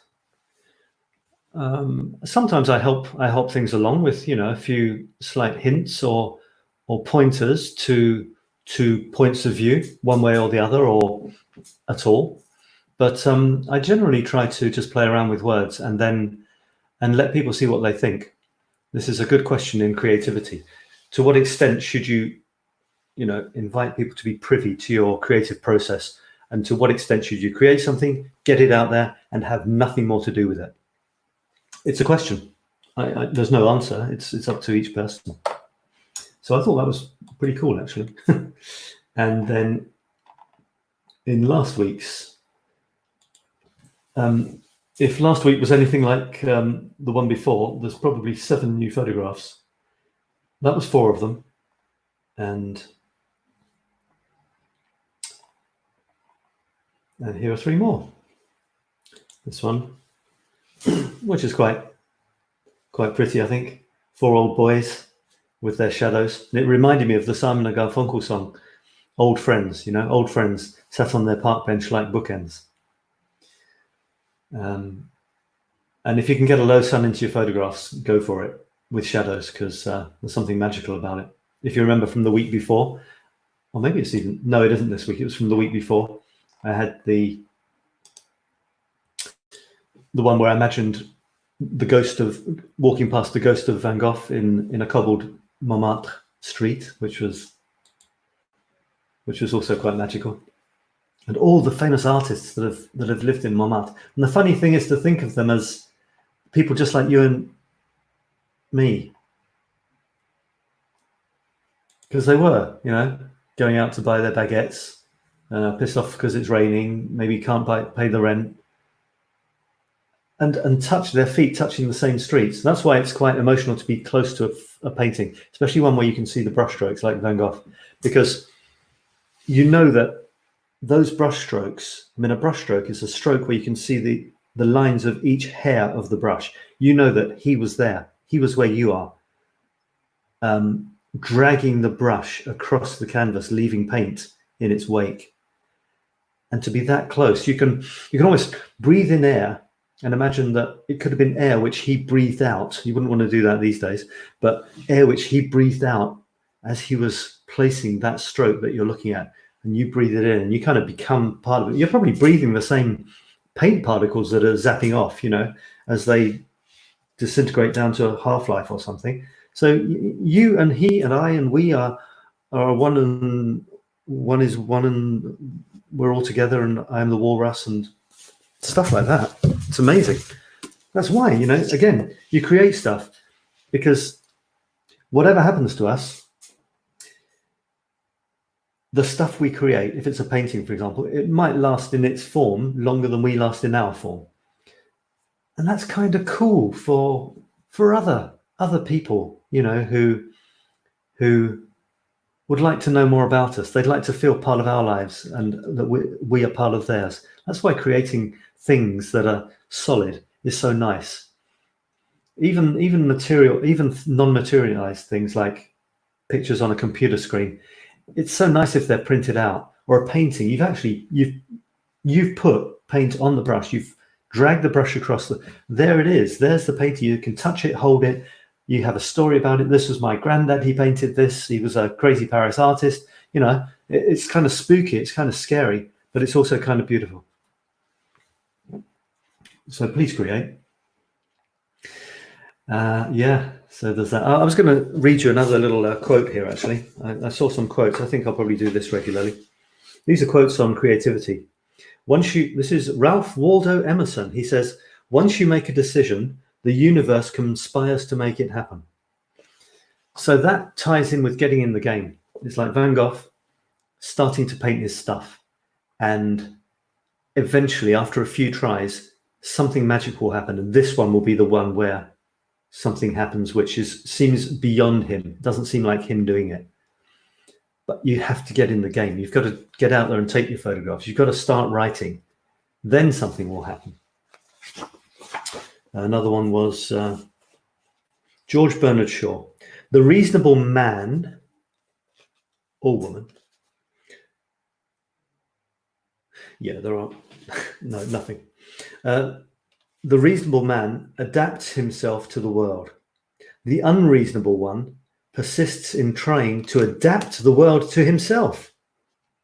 Therefore, all progress depends on the unreasonable man or woman, of which there are probably as many as men. Those who take action are the ones who change things. Take action and something happens. You get a reaction. It's normally good. It's normally interesting, or at least you learn from it. You don't do anything. You watch Netflix again. You can watch Netflix sometimes. It's okay, you know, but maybe from time to time, get out there, get creative. I know you do it already anyway. Most of the people I know, they're great creators.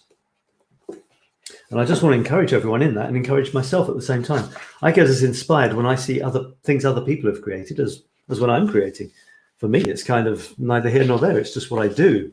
But when others have created, then it's new for me. It's fresh. It gives me new ideas. I'm like a leech, you know. Oh, show me what you've created. Aha, that's interesting. That gives me an idea. Happens all the time. Bruce Lee. Is that the one I wanted to quote? Really? Yeah. Well, ever since I was a child, you know, the Kung Fu guy, Bruce Lee. Ever since I was a child, I have had this instinctive urge for expansion and growth. To me, the function and duty of a quality human being is the sincere and honest development of one's potential. It's the development. It's not attaining something. It's the development of it.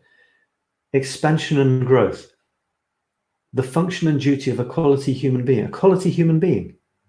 In other words, to be honest to our species, to be doing what we're supposed to be doing, to living out our full potential, one nice definition is that you're growing. You're not standing still. You're creating stuff, producing stuff. You're... What was that last word he had? Oh, I've lost it now. Yeah, anyway, you're in a process. You're developing it. You're not desperately trying to get it because you haven't got it yet and one day you hope you will. No, you're developing it. It's a work in progress forever. And that makes us feel good. So if you forget goals are terrible in many circumstances. So in many cases, forget the goal on a daily basis. You can have it. Okay, it can drive you to do what you do every day. It can be a nice, warm feeling that you're working towards it. But kind of forget them and feel happy every day that you've developed. That's why I created the Today's the Day group, so that every single day you can note something great you did today, your mini life. You have a mini life. It starts every morning when you wake up and it finishes every night when you go to sleep. It's a mini life. It's a chance to do something wonderful in between being born and dying with the sun. How more symbolic do you want than that? The amazing thing is we can do it again and again. We're reborn every day until the last day. How wonderful is that? But we tend to forget it. We tend to forget that we've got this chance. So I thought Today's the Day group is a really nice way to remember that. So if you're not a member, or if you're a member and you don't contribute regularly, it's not even contributing, it's for you. It's your group. And you note down good things that you've done and feel good about it. Just feel good about it. It's like, boom, yes, I did that. It's like ticking off the list, but you've got the social aspect to it as well, because you'll make others happy, because we like to see other people's progress as well. So I did wonder if I could get to that woman's list of the huge number of things that stopped her from being as creative as she could, as she'd like to, because it really was quite impressive.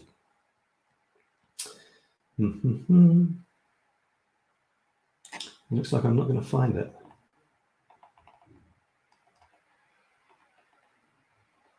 Never mind.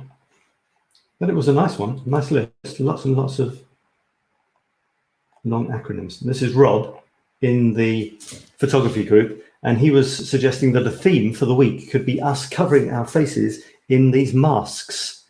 He looks like he's got a Harley mask on, so that could be quite fun as well. Yeah. Okay, right. What else is going on? So, can I ask you any more questions to get you to? All right. Tell me, what have you got planned for the coming week? What would you like to be creative on? If you want, you can go into the Today's the Day group and use it as an accountability partner. So basically, you decide you want to be held accountable for something. It's nice. It's not. It is putting pressure on, but it's nice because you're doing it together. All right. So you want to be held accountable for something. In other words, you want to make sure you actually do something. And if you do it together, if you state that you want to do something, there's more likelihood that you do it. You state publicly. It works. It really does work. All right. So this is slowly getting smaller again. So let me just show you that in practice. Okay. So you see people are doing it. Today I planted some onions. Today's the day I take my first music theory exam. Great stuff there. Today's the day I helped save a little bird. How wonderful is that? That is perfect. It's so beautiful. And what a wonderful day to remember. You know, the day I saved this little bird. I've got this great thing. I've got these. Last year I had a couple of birds nesting literally on the wall. I opened the window, looked to the side, and there they were. This year I've got another couple of birds directly opposite in the gutter of the house opposite, in the edge of the gutter. I'm not sure if they quite understand the concept of what a gutter is, but apparently they think it's a good idea. So they're in the corner of the gutter, and there's one of them is sitting on the egg, and the guy's sort of strutting around. And are they still there? Yeah, I think she's still there. Just sitting down quietly, sitting on her egg, I guess. So, you know, it's nice little things like that, little snippets of life, these little snapshots of life, which make everything worthwhile. I started putting the prompts in my daily photos to recycle my pixels. The photos go in the creative photography group, the creative writing group, and I use it also to change the banner every day. Every day there's a fresh banner in the Today's the Day group with a little phrase. And the little phrase, it's another way for me to be creative, and it's another way to stimulate something. Better than nothing, right? You might not see any return. I see sometimes this fluctuates and nobody reacts at all. Sometimes something sparks something in someone and I get a few comments. The thing is, it doesn't matter. I'm in motion, creating stuff. I'm offering the possibility to create something to others by trying to stimulate people. Whether they do or not, doesn't matter. I'd like them to. I say it doesn't matter. If nobody ever contributed, I might go and do something else. But there are times when nobody comments at all. Nobody is moved. Nobody's even seen it, maybe. This could be disappointing. And yet, if someone does comment, it's not disappointing, it's pleasing. So what do you want? You know, just got to go with it. The thing is, you're in action. You're getting some disappointments and some pleasing moments. That's life, isn't it? That's life. So there's the danger. If you're kind of based on your ego and you don't want it to be hurt through rejection or no one liking your post, then you probably would protect yourself from that by not doing anything, right? Great defense. Don't do anything. You know, don't publish anything. Then no one can criticize your stuff. Oh, what a fantastic tactic. Thank you. It's been worth listening to this just for that little gem there. Brilliant. I joined a couple of writing groups recently. I haven't really contributed. It's not really my objective to contribute. Many of them are for people who feel the need to contribute to a writing group. I don't. I've got my thing. I do my thing, right? There's no pretension in that. I am what I am, you know, and I'm not a best-selling author. Okay, so that's not my thing. My thing is this stuff, creating these funny little groups and stuff, and then whatever. But some people in these writing groups, they seem to have joined because they want help, they want encouragement, and maybe they want a bit of, you know, flattery. And what I've noticed is that sometimes it's the absolute opposite. I know Facebook, if you say bad words on Facebook, I had a thing shut down a few weeks ago, but I would like to say, you know, bad words here. There are some, you know, beep, beep, beep people out there. And I've seen someone posting a heartfelt poem about, I don't know, you know,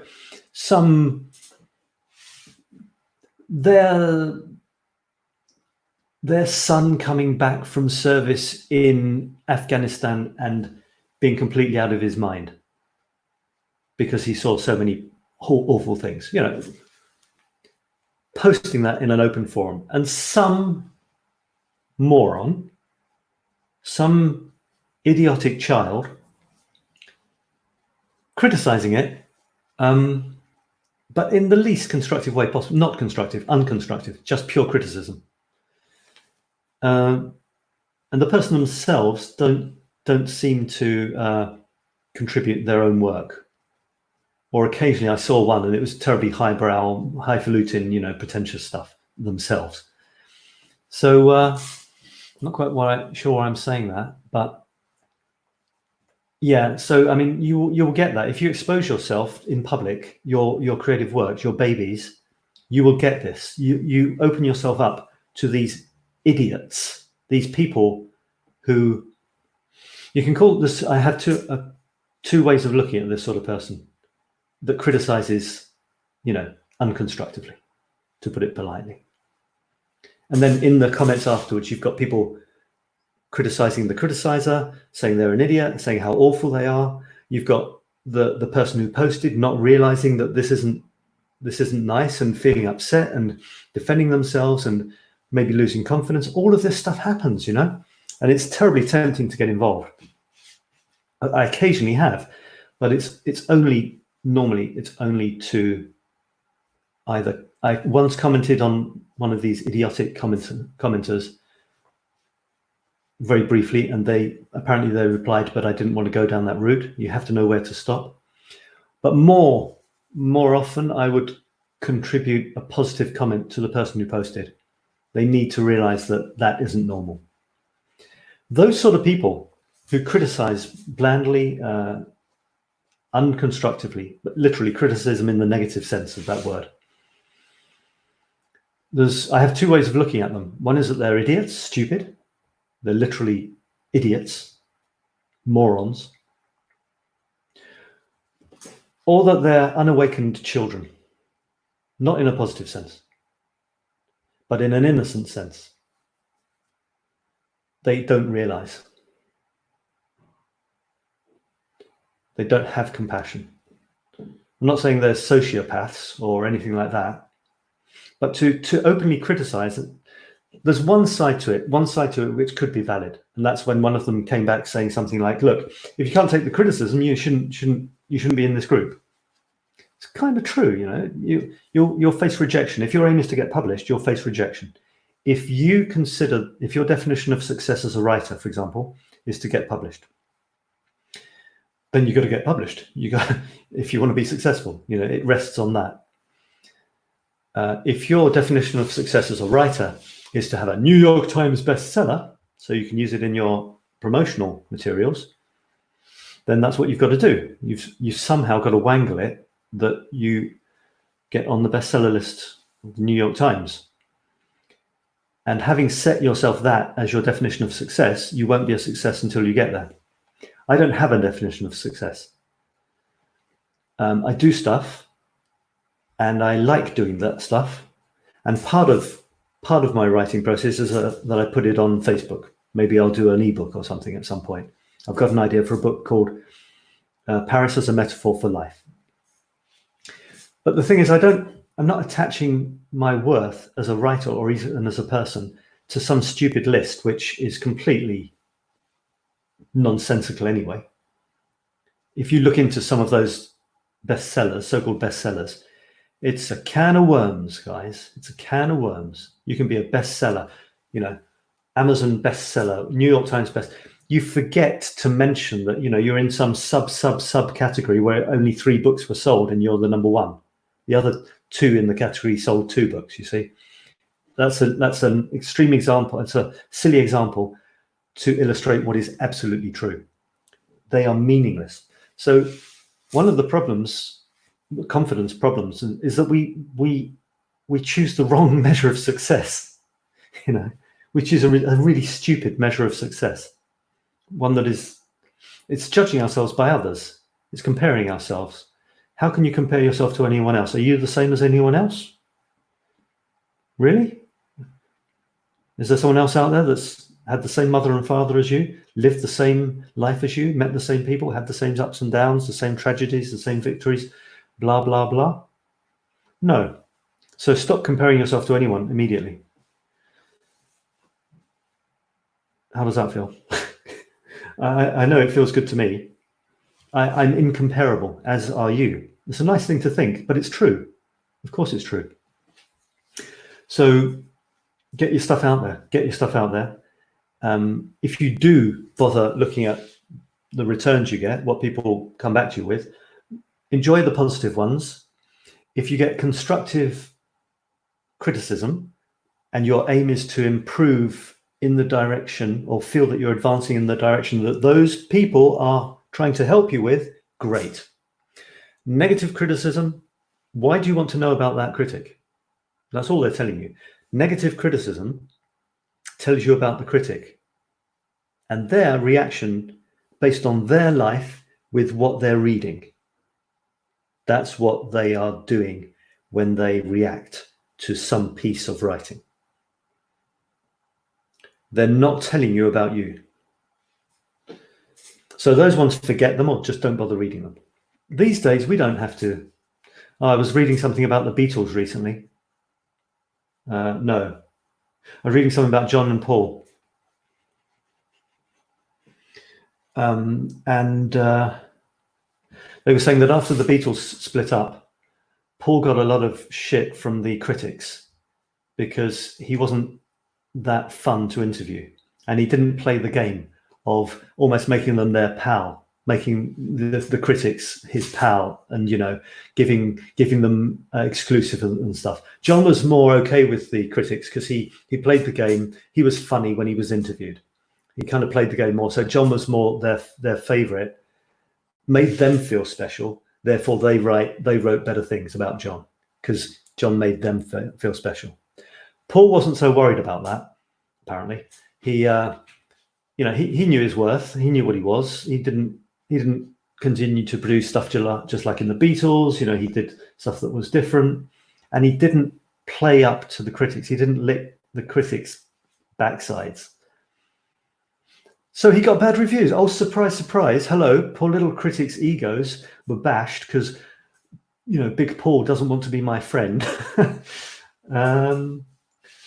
So yeah, so don't worry about critics. Just get stuff out there. Get stuff out there as much as you can, and you'll feel good about it. People who like it will appreciate it. People who don't, it doesn't matter. That's the thing, you see. It's not that the people who like it, thank goodness, and the people who don't like it, oh no, it's not that. It's people who like it. Oh, great! I'm really happy. People who don't like it, that's life, of course, and that's fine. You can't have the lovers without the haters. You need them both. Just don't listen to the haters. Don't worry about them. They have no use. They have no use. Yeah. So that filled in a slot. What else can I talk? Well, I can tell you about what I did this week. I created the Infinite Creativity Sabsang, which is this. Thank you so much for watching. Thank you. I'm really pleased. And thank you for your comments. You can comment anytime. Maybe I need to give you more questions to comment on.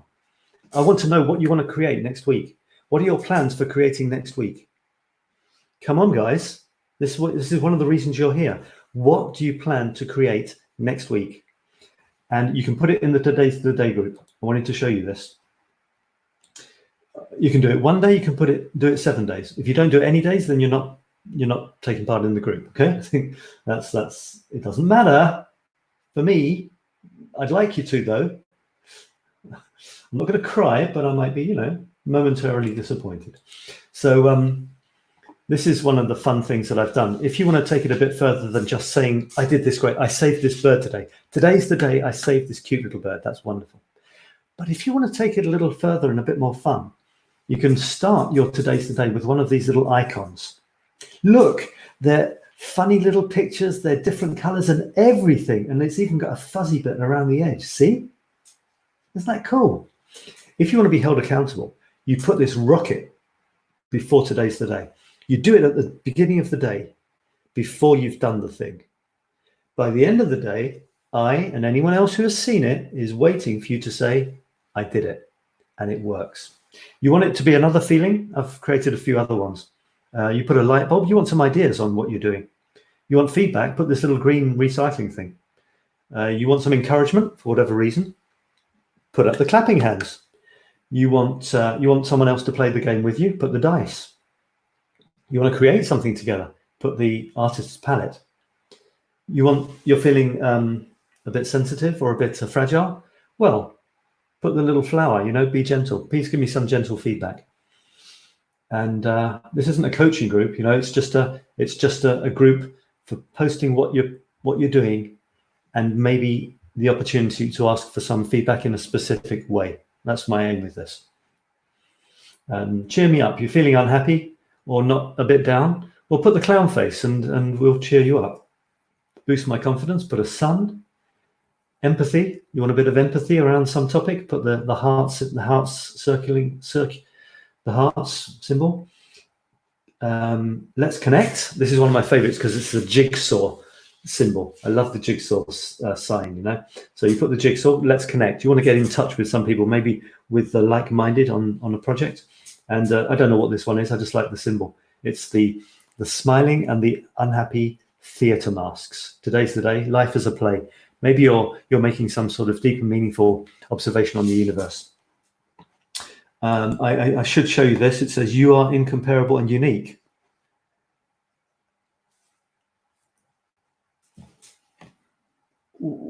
What me? Well, I just tried to convince you all that we all are. So yes, I am, and so are you. It's not a joke. It's not a joke. We are. But that doesn't mean that we can't have a kind of life's mission to be the most of what we are. Whatever you are, be the most of it, and find ways of doing that. It might be by taking photographs. It might be by joining an association and helping a certain people in a certain situation. It might be painting. It could be writing a poem every day, like Yana decided to do. But this makes us feel alive, being in action, including, I had a rare moment yesterday or the day before. I lay in a chair which you could tip back in the sunshine for about 5 minutes. It was amazing. But then I started to get a bit, I should be doing something. So I was going to go to this. I'm being creative in a way with music. It's so important to me. I just don't make any, except my bonging on the drum. So, as I have said before, I've decided to share favorite songs on a regular basis. And hopefully, I would love people to, in the comments, put a song that reminded them of. People haven't so far. I don't think anyone actually sees my profile, but that's where I put all my creative stuff anyway. So, this one was REM. Amazing group. Some songs you like, some you love, some you don't. It's normal, even for them. But this one hit me recently, relatively recently, like many, many years after discovering the classics. And I hadn't even got into it. And there it was, Lotus, this song, which was just amazing. I just love the feel of it.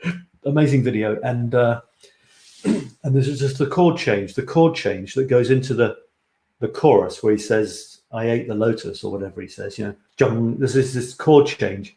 It's the chord change to, to have orgasms by, or to the universe stands still on that chord change. I don't know if you know what I mean. Sometimes there's a single note, someone sings, or like I said, a chord, just a chord that changes everything in your entire life. They have sometimes in those more spiritual places, they say, what are you paying attention to? What is life? What is it all about? And then they do something like this. They go bong, and that's supposed to bring you back to the present moment. That's kind of what these chord changes, chung, that's it. Nothing exists except that chord. That chord there at that moment in time is everything and nothing, and there need never ever be another moment in life ever. And I'm done. So I love moments like that in songs, and there's one of those in there before the chorus, and even the way he sings the chorus is just amazing. So unfortunately, is it a choice? I don't play an instrument yet, but I do love music, and I decided to share it. As I sometimes say, why should I be the only one to appreciate the best musical taste in the world? Memes. I will probably finish. Oh my God, it's 2 hours already. I'll probably finish on this topic, but it's quite a good one. Memes. As I said at the beginning, my 2 articles that I'm trying to write now are either on memes and on folding of telephone charging cables. I was having a big philosophical discussion with myself this morning in the kitchen, and this is what I wrote. I created a meme. I'm so sick of people posting memes all over the place, like on Facebook stories, like pages and pages of memes. They're other people's quotes or feel-good expressions on top of somebody else's image. And people post them, and some people spend their entire lives posting them. What's going on? You want to find a way of finding more time to be creative, guys. If you do that, stop doing it and be more creative. What the hell purpose do memes serve? And I'm very skeptical as to how useful posting feel-good memes and even famous quotes is. I don't know what your opinion is on this. What do you think about people who post memes? You probably do it. I'm not criticizing you. I do it, or I used to. I've stopped. I now post my own. I thought if you can't beat them, join them. But I'm posting my own, and this is one of them. And I made another version, which you need to see. It's this one. Spot the difference. Let me get rid of this beautiful comment. I'll get rid of that one as well. You can appreciate the full glory of this meme. There is a slight irony in that if I'm going to write an article criticizing the usefulness of posting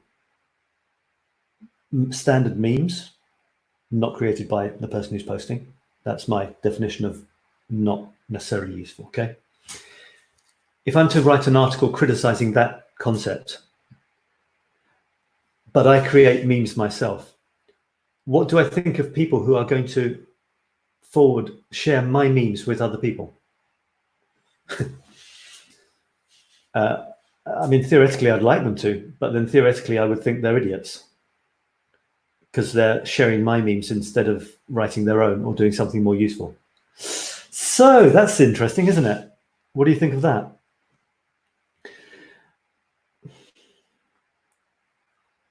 When I did post memes, famous quotes on creativity, for example, I posted them, but I also added something. I added my version of the famous quote relating to me.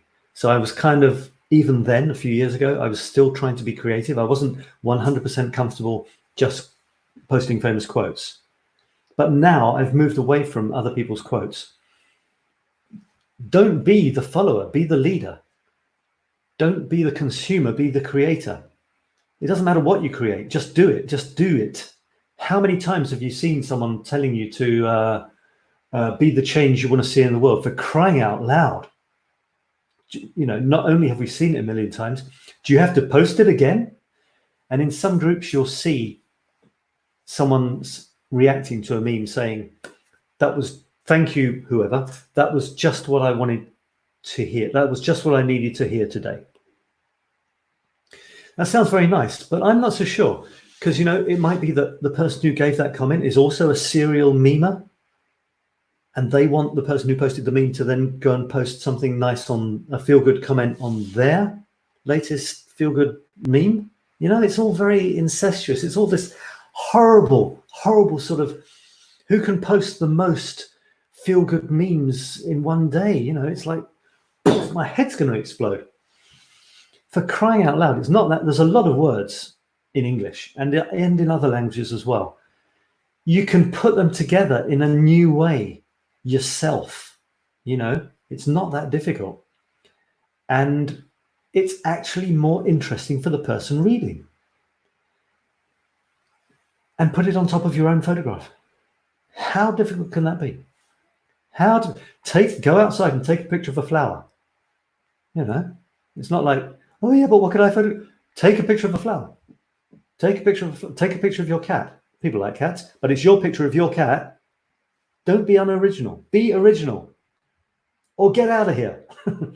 So yeah, there's this funny thing of what would I think of people who would actually share my memes. That's one of those funny little enigmas, isn't it? You know, paradoxes of life. I would love them and hate them at the same time, but only hate them because I want them to be more creative in themselves instead of sharing other. I don't believe. What do people do when they read a meme? What do? Do they suddenly change their entire life and adapt it to the letter of that meme that they've just read? Come on, no, they don't do anything. They maybe think of a better meme that they could put so that they get more likes. Anyway, in the creative blog and article writing group, I want original memes because I think memes are great. When you've done them yourself, you say the most powerful message you can in the fewest words possible. That is a fantastic exercise. So don't get me wrong, but get me right on what I am saying. This one, it says, if you meet the memer on the net, maim her. If you meet the memer on the net, maim her. And the first version, well, it's not the first version, but the first version I published was, if you meet the memer on the net, maim him. So I didn't change it to her for any sexist reason.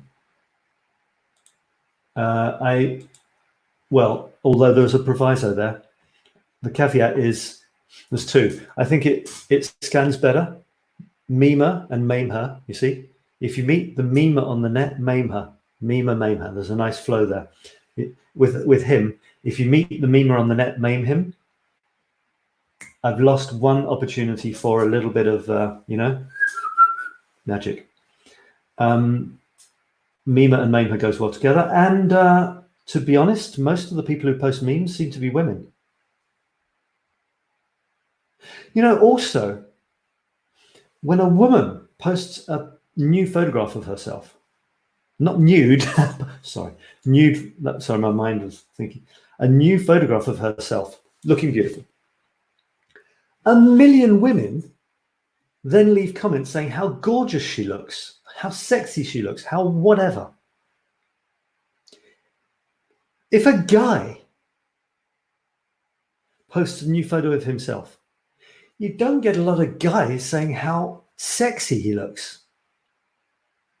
Also, if a woman that posts, the same woman as before, that got all the wonderful comments about how beautiful and gorgeous and sexy,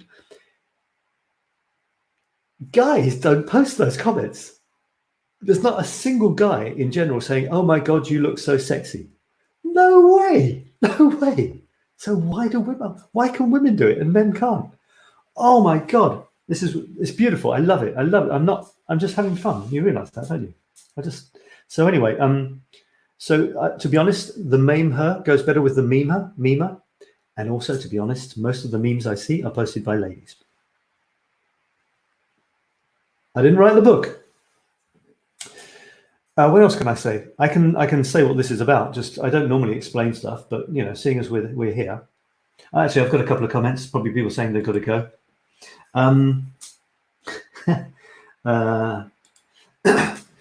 My opinion is that they share memes to feel good about themselves first, and then inspire others, just in case others haven't seen them. I think it's extremely self-centered when people post memes. I think it's all about the person posting. You post. My theory is you post a meme because, well, you need content to put on your thing, so it's something to post. You want to possibly impress people because you want the meme to be a reflection of you as a person. So, you know, you post something like, be the change you want to be in the world. You want people to think that you are being the change that you want to see in the world. You might want to make people feel good, but I don't think so. I don't think it's much to do with other people at all, to be honest. You might want to, I don't know, get likes, get comments. And, you know, without being cynical, maybe you like other people's quotes. That's fine. But, you know, it is what it is. I'm just saying I don't particularly appreciate it. I mean, I like reading famous quotes. Of course I do. I love language. I love people who have said meaningful things. It's just this incessant, you know, I look at some people's Facebook stories. It's like 10 memes, feel-good memes, 10 in a 24-hour period. Hello, have they not got anything more creative to do with their lives? I'm not being judgmental. I'm just saying creativity is important for me. And if it isn't for them, that's fine. Of course it is. I'm just having fun, you know, putting my point of view. And then she says, and maybe it is what some people want to maybe it is just what someone wanted to hear that day. You know, that's fine. Put the blame on Maine. Put the blame on Maine. Put the blame on Maine. Put the blame on Maine. Now, you know where this, I don't know if this comes from a famous saying. It's a Buddhist koan. It's a thing, you know, the Buddhists have these really wonderful twisty idea things, which are supposed to make you think. And there's one that says something like, if you meet the Buddha on the road, kill him. Which sounds a bit unnecessarily violent, doesn't it? But what it means is,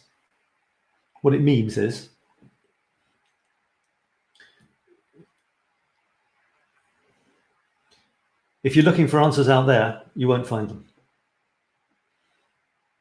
So if you think there's someone you should follow, someone great, someone amazing, someone who could be your guru, and you decide that they've got the answers, I'm going to follow them. They're going to be my, you know, my man, my woman. And the saying means kill that idea. As soon as you attach any sort of worth, meaning, answers to external sources, you're screwed because they're not there. So that's kind of cool, I think. Because, I mean, you know, how many books have you read? How many people have you followed? How many, you know, gurus have you listened to? And they might help you, give you ideas, but it's you that has to have the realization. You have to have the insight and see how it applies to you. So I'm constantly reading and listening to people. It's great fun. I'm going to do it in a minute. I've got a guy who I listen to regularly on Sundays. But he isn't my guru. He calls himself a spiritual teacher, but yeah, if you like, it's just words. Other people that I follow call themselves other things. I enjoy listening to him, so I'm enjoying the present moments of my life when I listen to him. That's good. Already, that's good, isn't it? But he's not my guru. You know, he's not my God. He's not my demigod. He's just a guy I like listening to. As you know, there are people whose films I like watching. There are people whose books I like reading. There are people who I like listening to when they speak. So if you meet the Buddha on the road, kill him, means don't put your self-worth out there.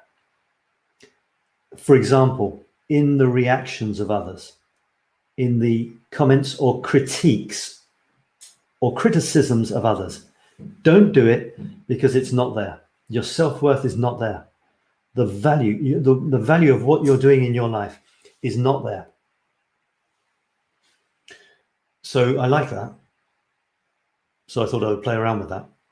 So to be honest, there's a kind of triple meaning or something in this, because obviously I've written a meme and I've said, if you meet the memer, I said at first, I called it the meme maker, but then I thought memer was more like Buddha, memer. And then I could play with other stuff. If you meet the memer on the net, meme her. And you are meeting the memer, because you're looking at the person who wrote this meme that you are now reading. So kill it, kill me, kill it, rip it up, smash your computer screen in a way, because your answers aren't there. Your answers are in you. And you know, the biggest answer, it's not even an answer, it's just deciding to be cool, to be happy where you are. It's all you've got, it's all you can do, and it's enough, and it's more than enough. I've spent 2 hours here talking to a camera. Apparently there are some other people looking at their screen, which happens to have some sort of vibration going on, which is vaguely linked to me. But you know, kind of everything is linked to everything, and everything is linked. You know, I like the idea. I'm going to finish on this because time is done. Time is good. I like this idea that we think, you know, you live in Australia, I live in France, you know, Greece, Britain, America, Canada, Peru, whatever. We think there are boundaries. We think there are differences. We're all breathing the same air. There's no line at some point in the world where the air stops being my air and starts being your air. It doesn't exist. We're breathing the same air. We are of the same stuff. And the more we can see that, the less we'll worry about differences and the less we'll worry about other people. The guy who criticizes on Facebook he's breathing the same air as us. His reaction is giving us something to get a reaction from. If we didn't have these counterpoints, we wouldn't even exist. So we're both all the same and in perfect harmony with each other. And that's fine. That's the way it is, and that's the way it has to be. Things come, things go. Things seem to leave, new things seem to come. But it's very, very difficult to put your finger on the point where something really stops and something really starts, including life.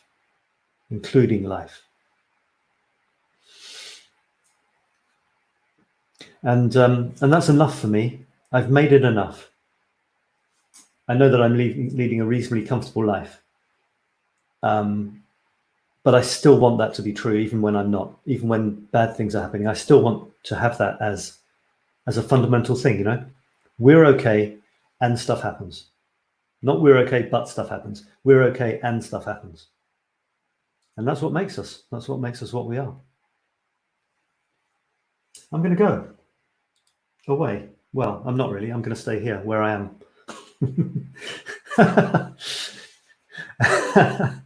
And you're going to stay where you are. And I hope you enjoy it very much indeed, as you should. It's been really nice having everyone here interacting. It's really wonderful. Thank you so much. It gives me meaning, you know, in my life. Despina says, thank you for your beautiful company. Good night. Thank you for your beautiful company. And everybody. And the sun's going down. It's the end of another mini existence. I hope you've had a good one. Feel free to go to the Today's the Day group and tell us what your highlight of the day was. Today's the day And I'll see you again, if all things go according to plan. Next week, same time, same place, whatever that means. And lots of love to all of you. And be creative this week. You hear?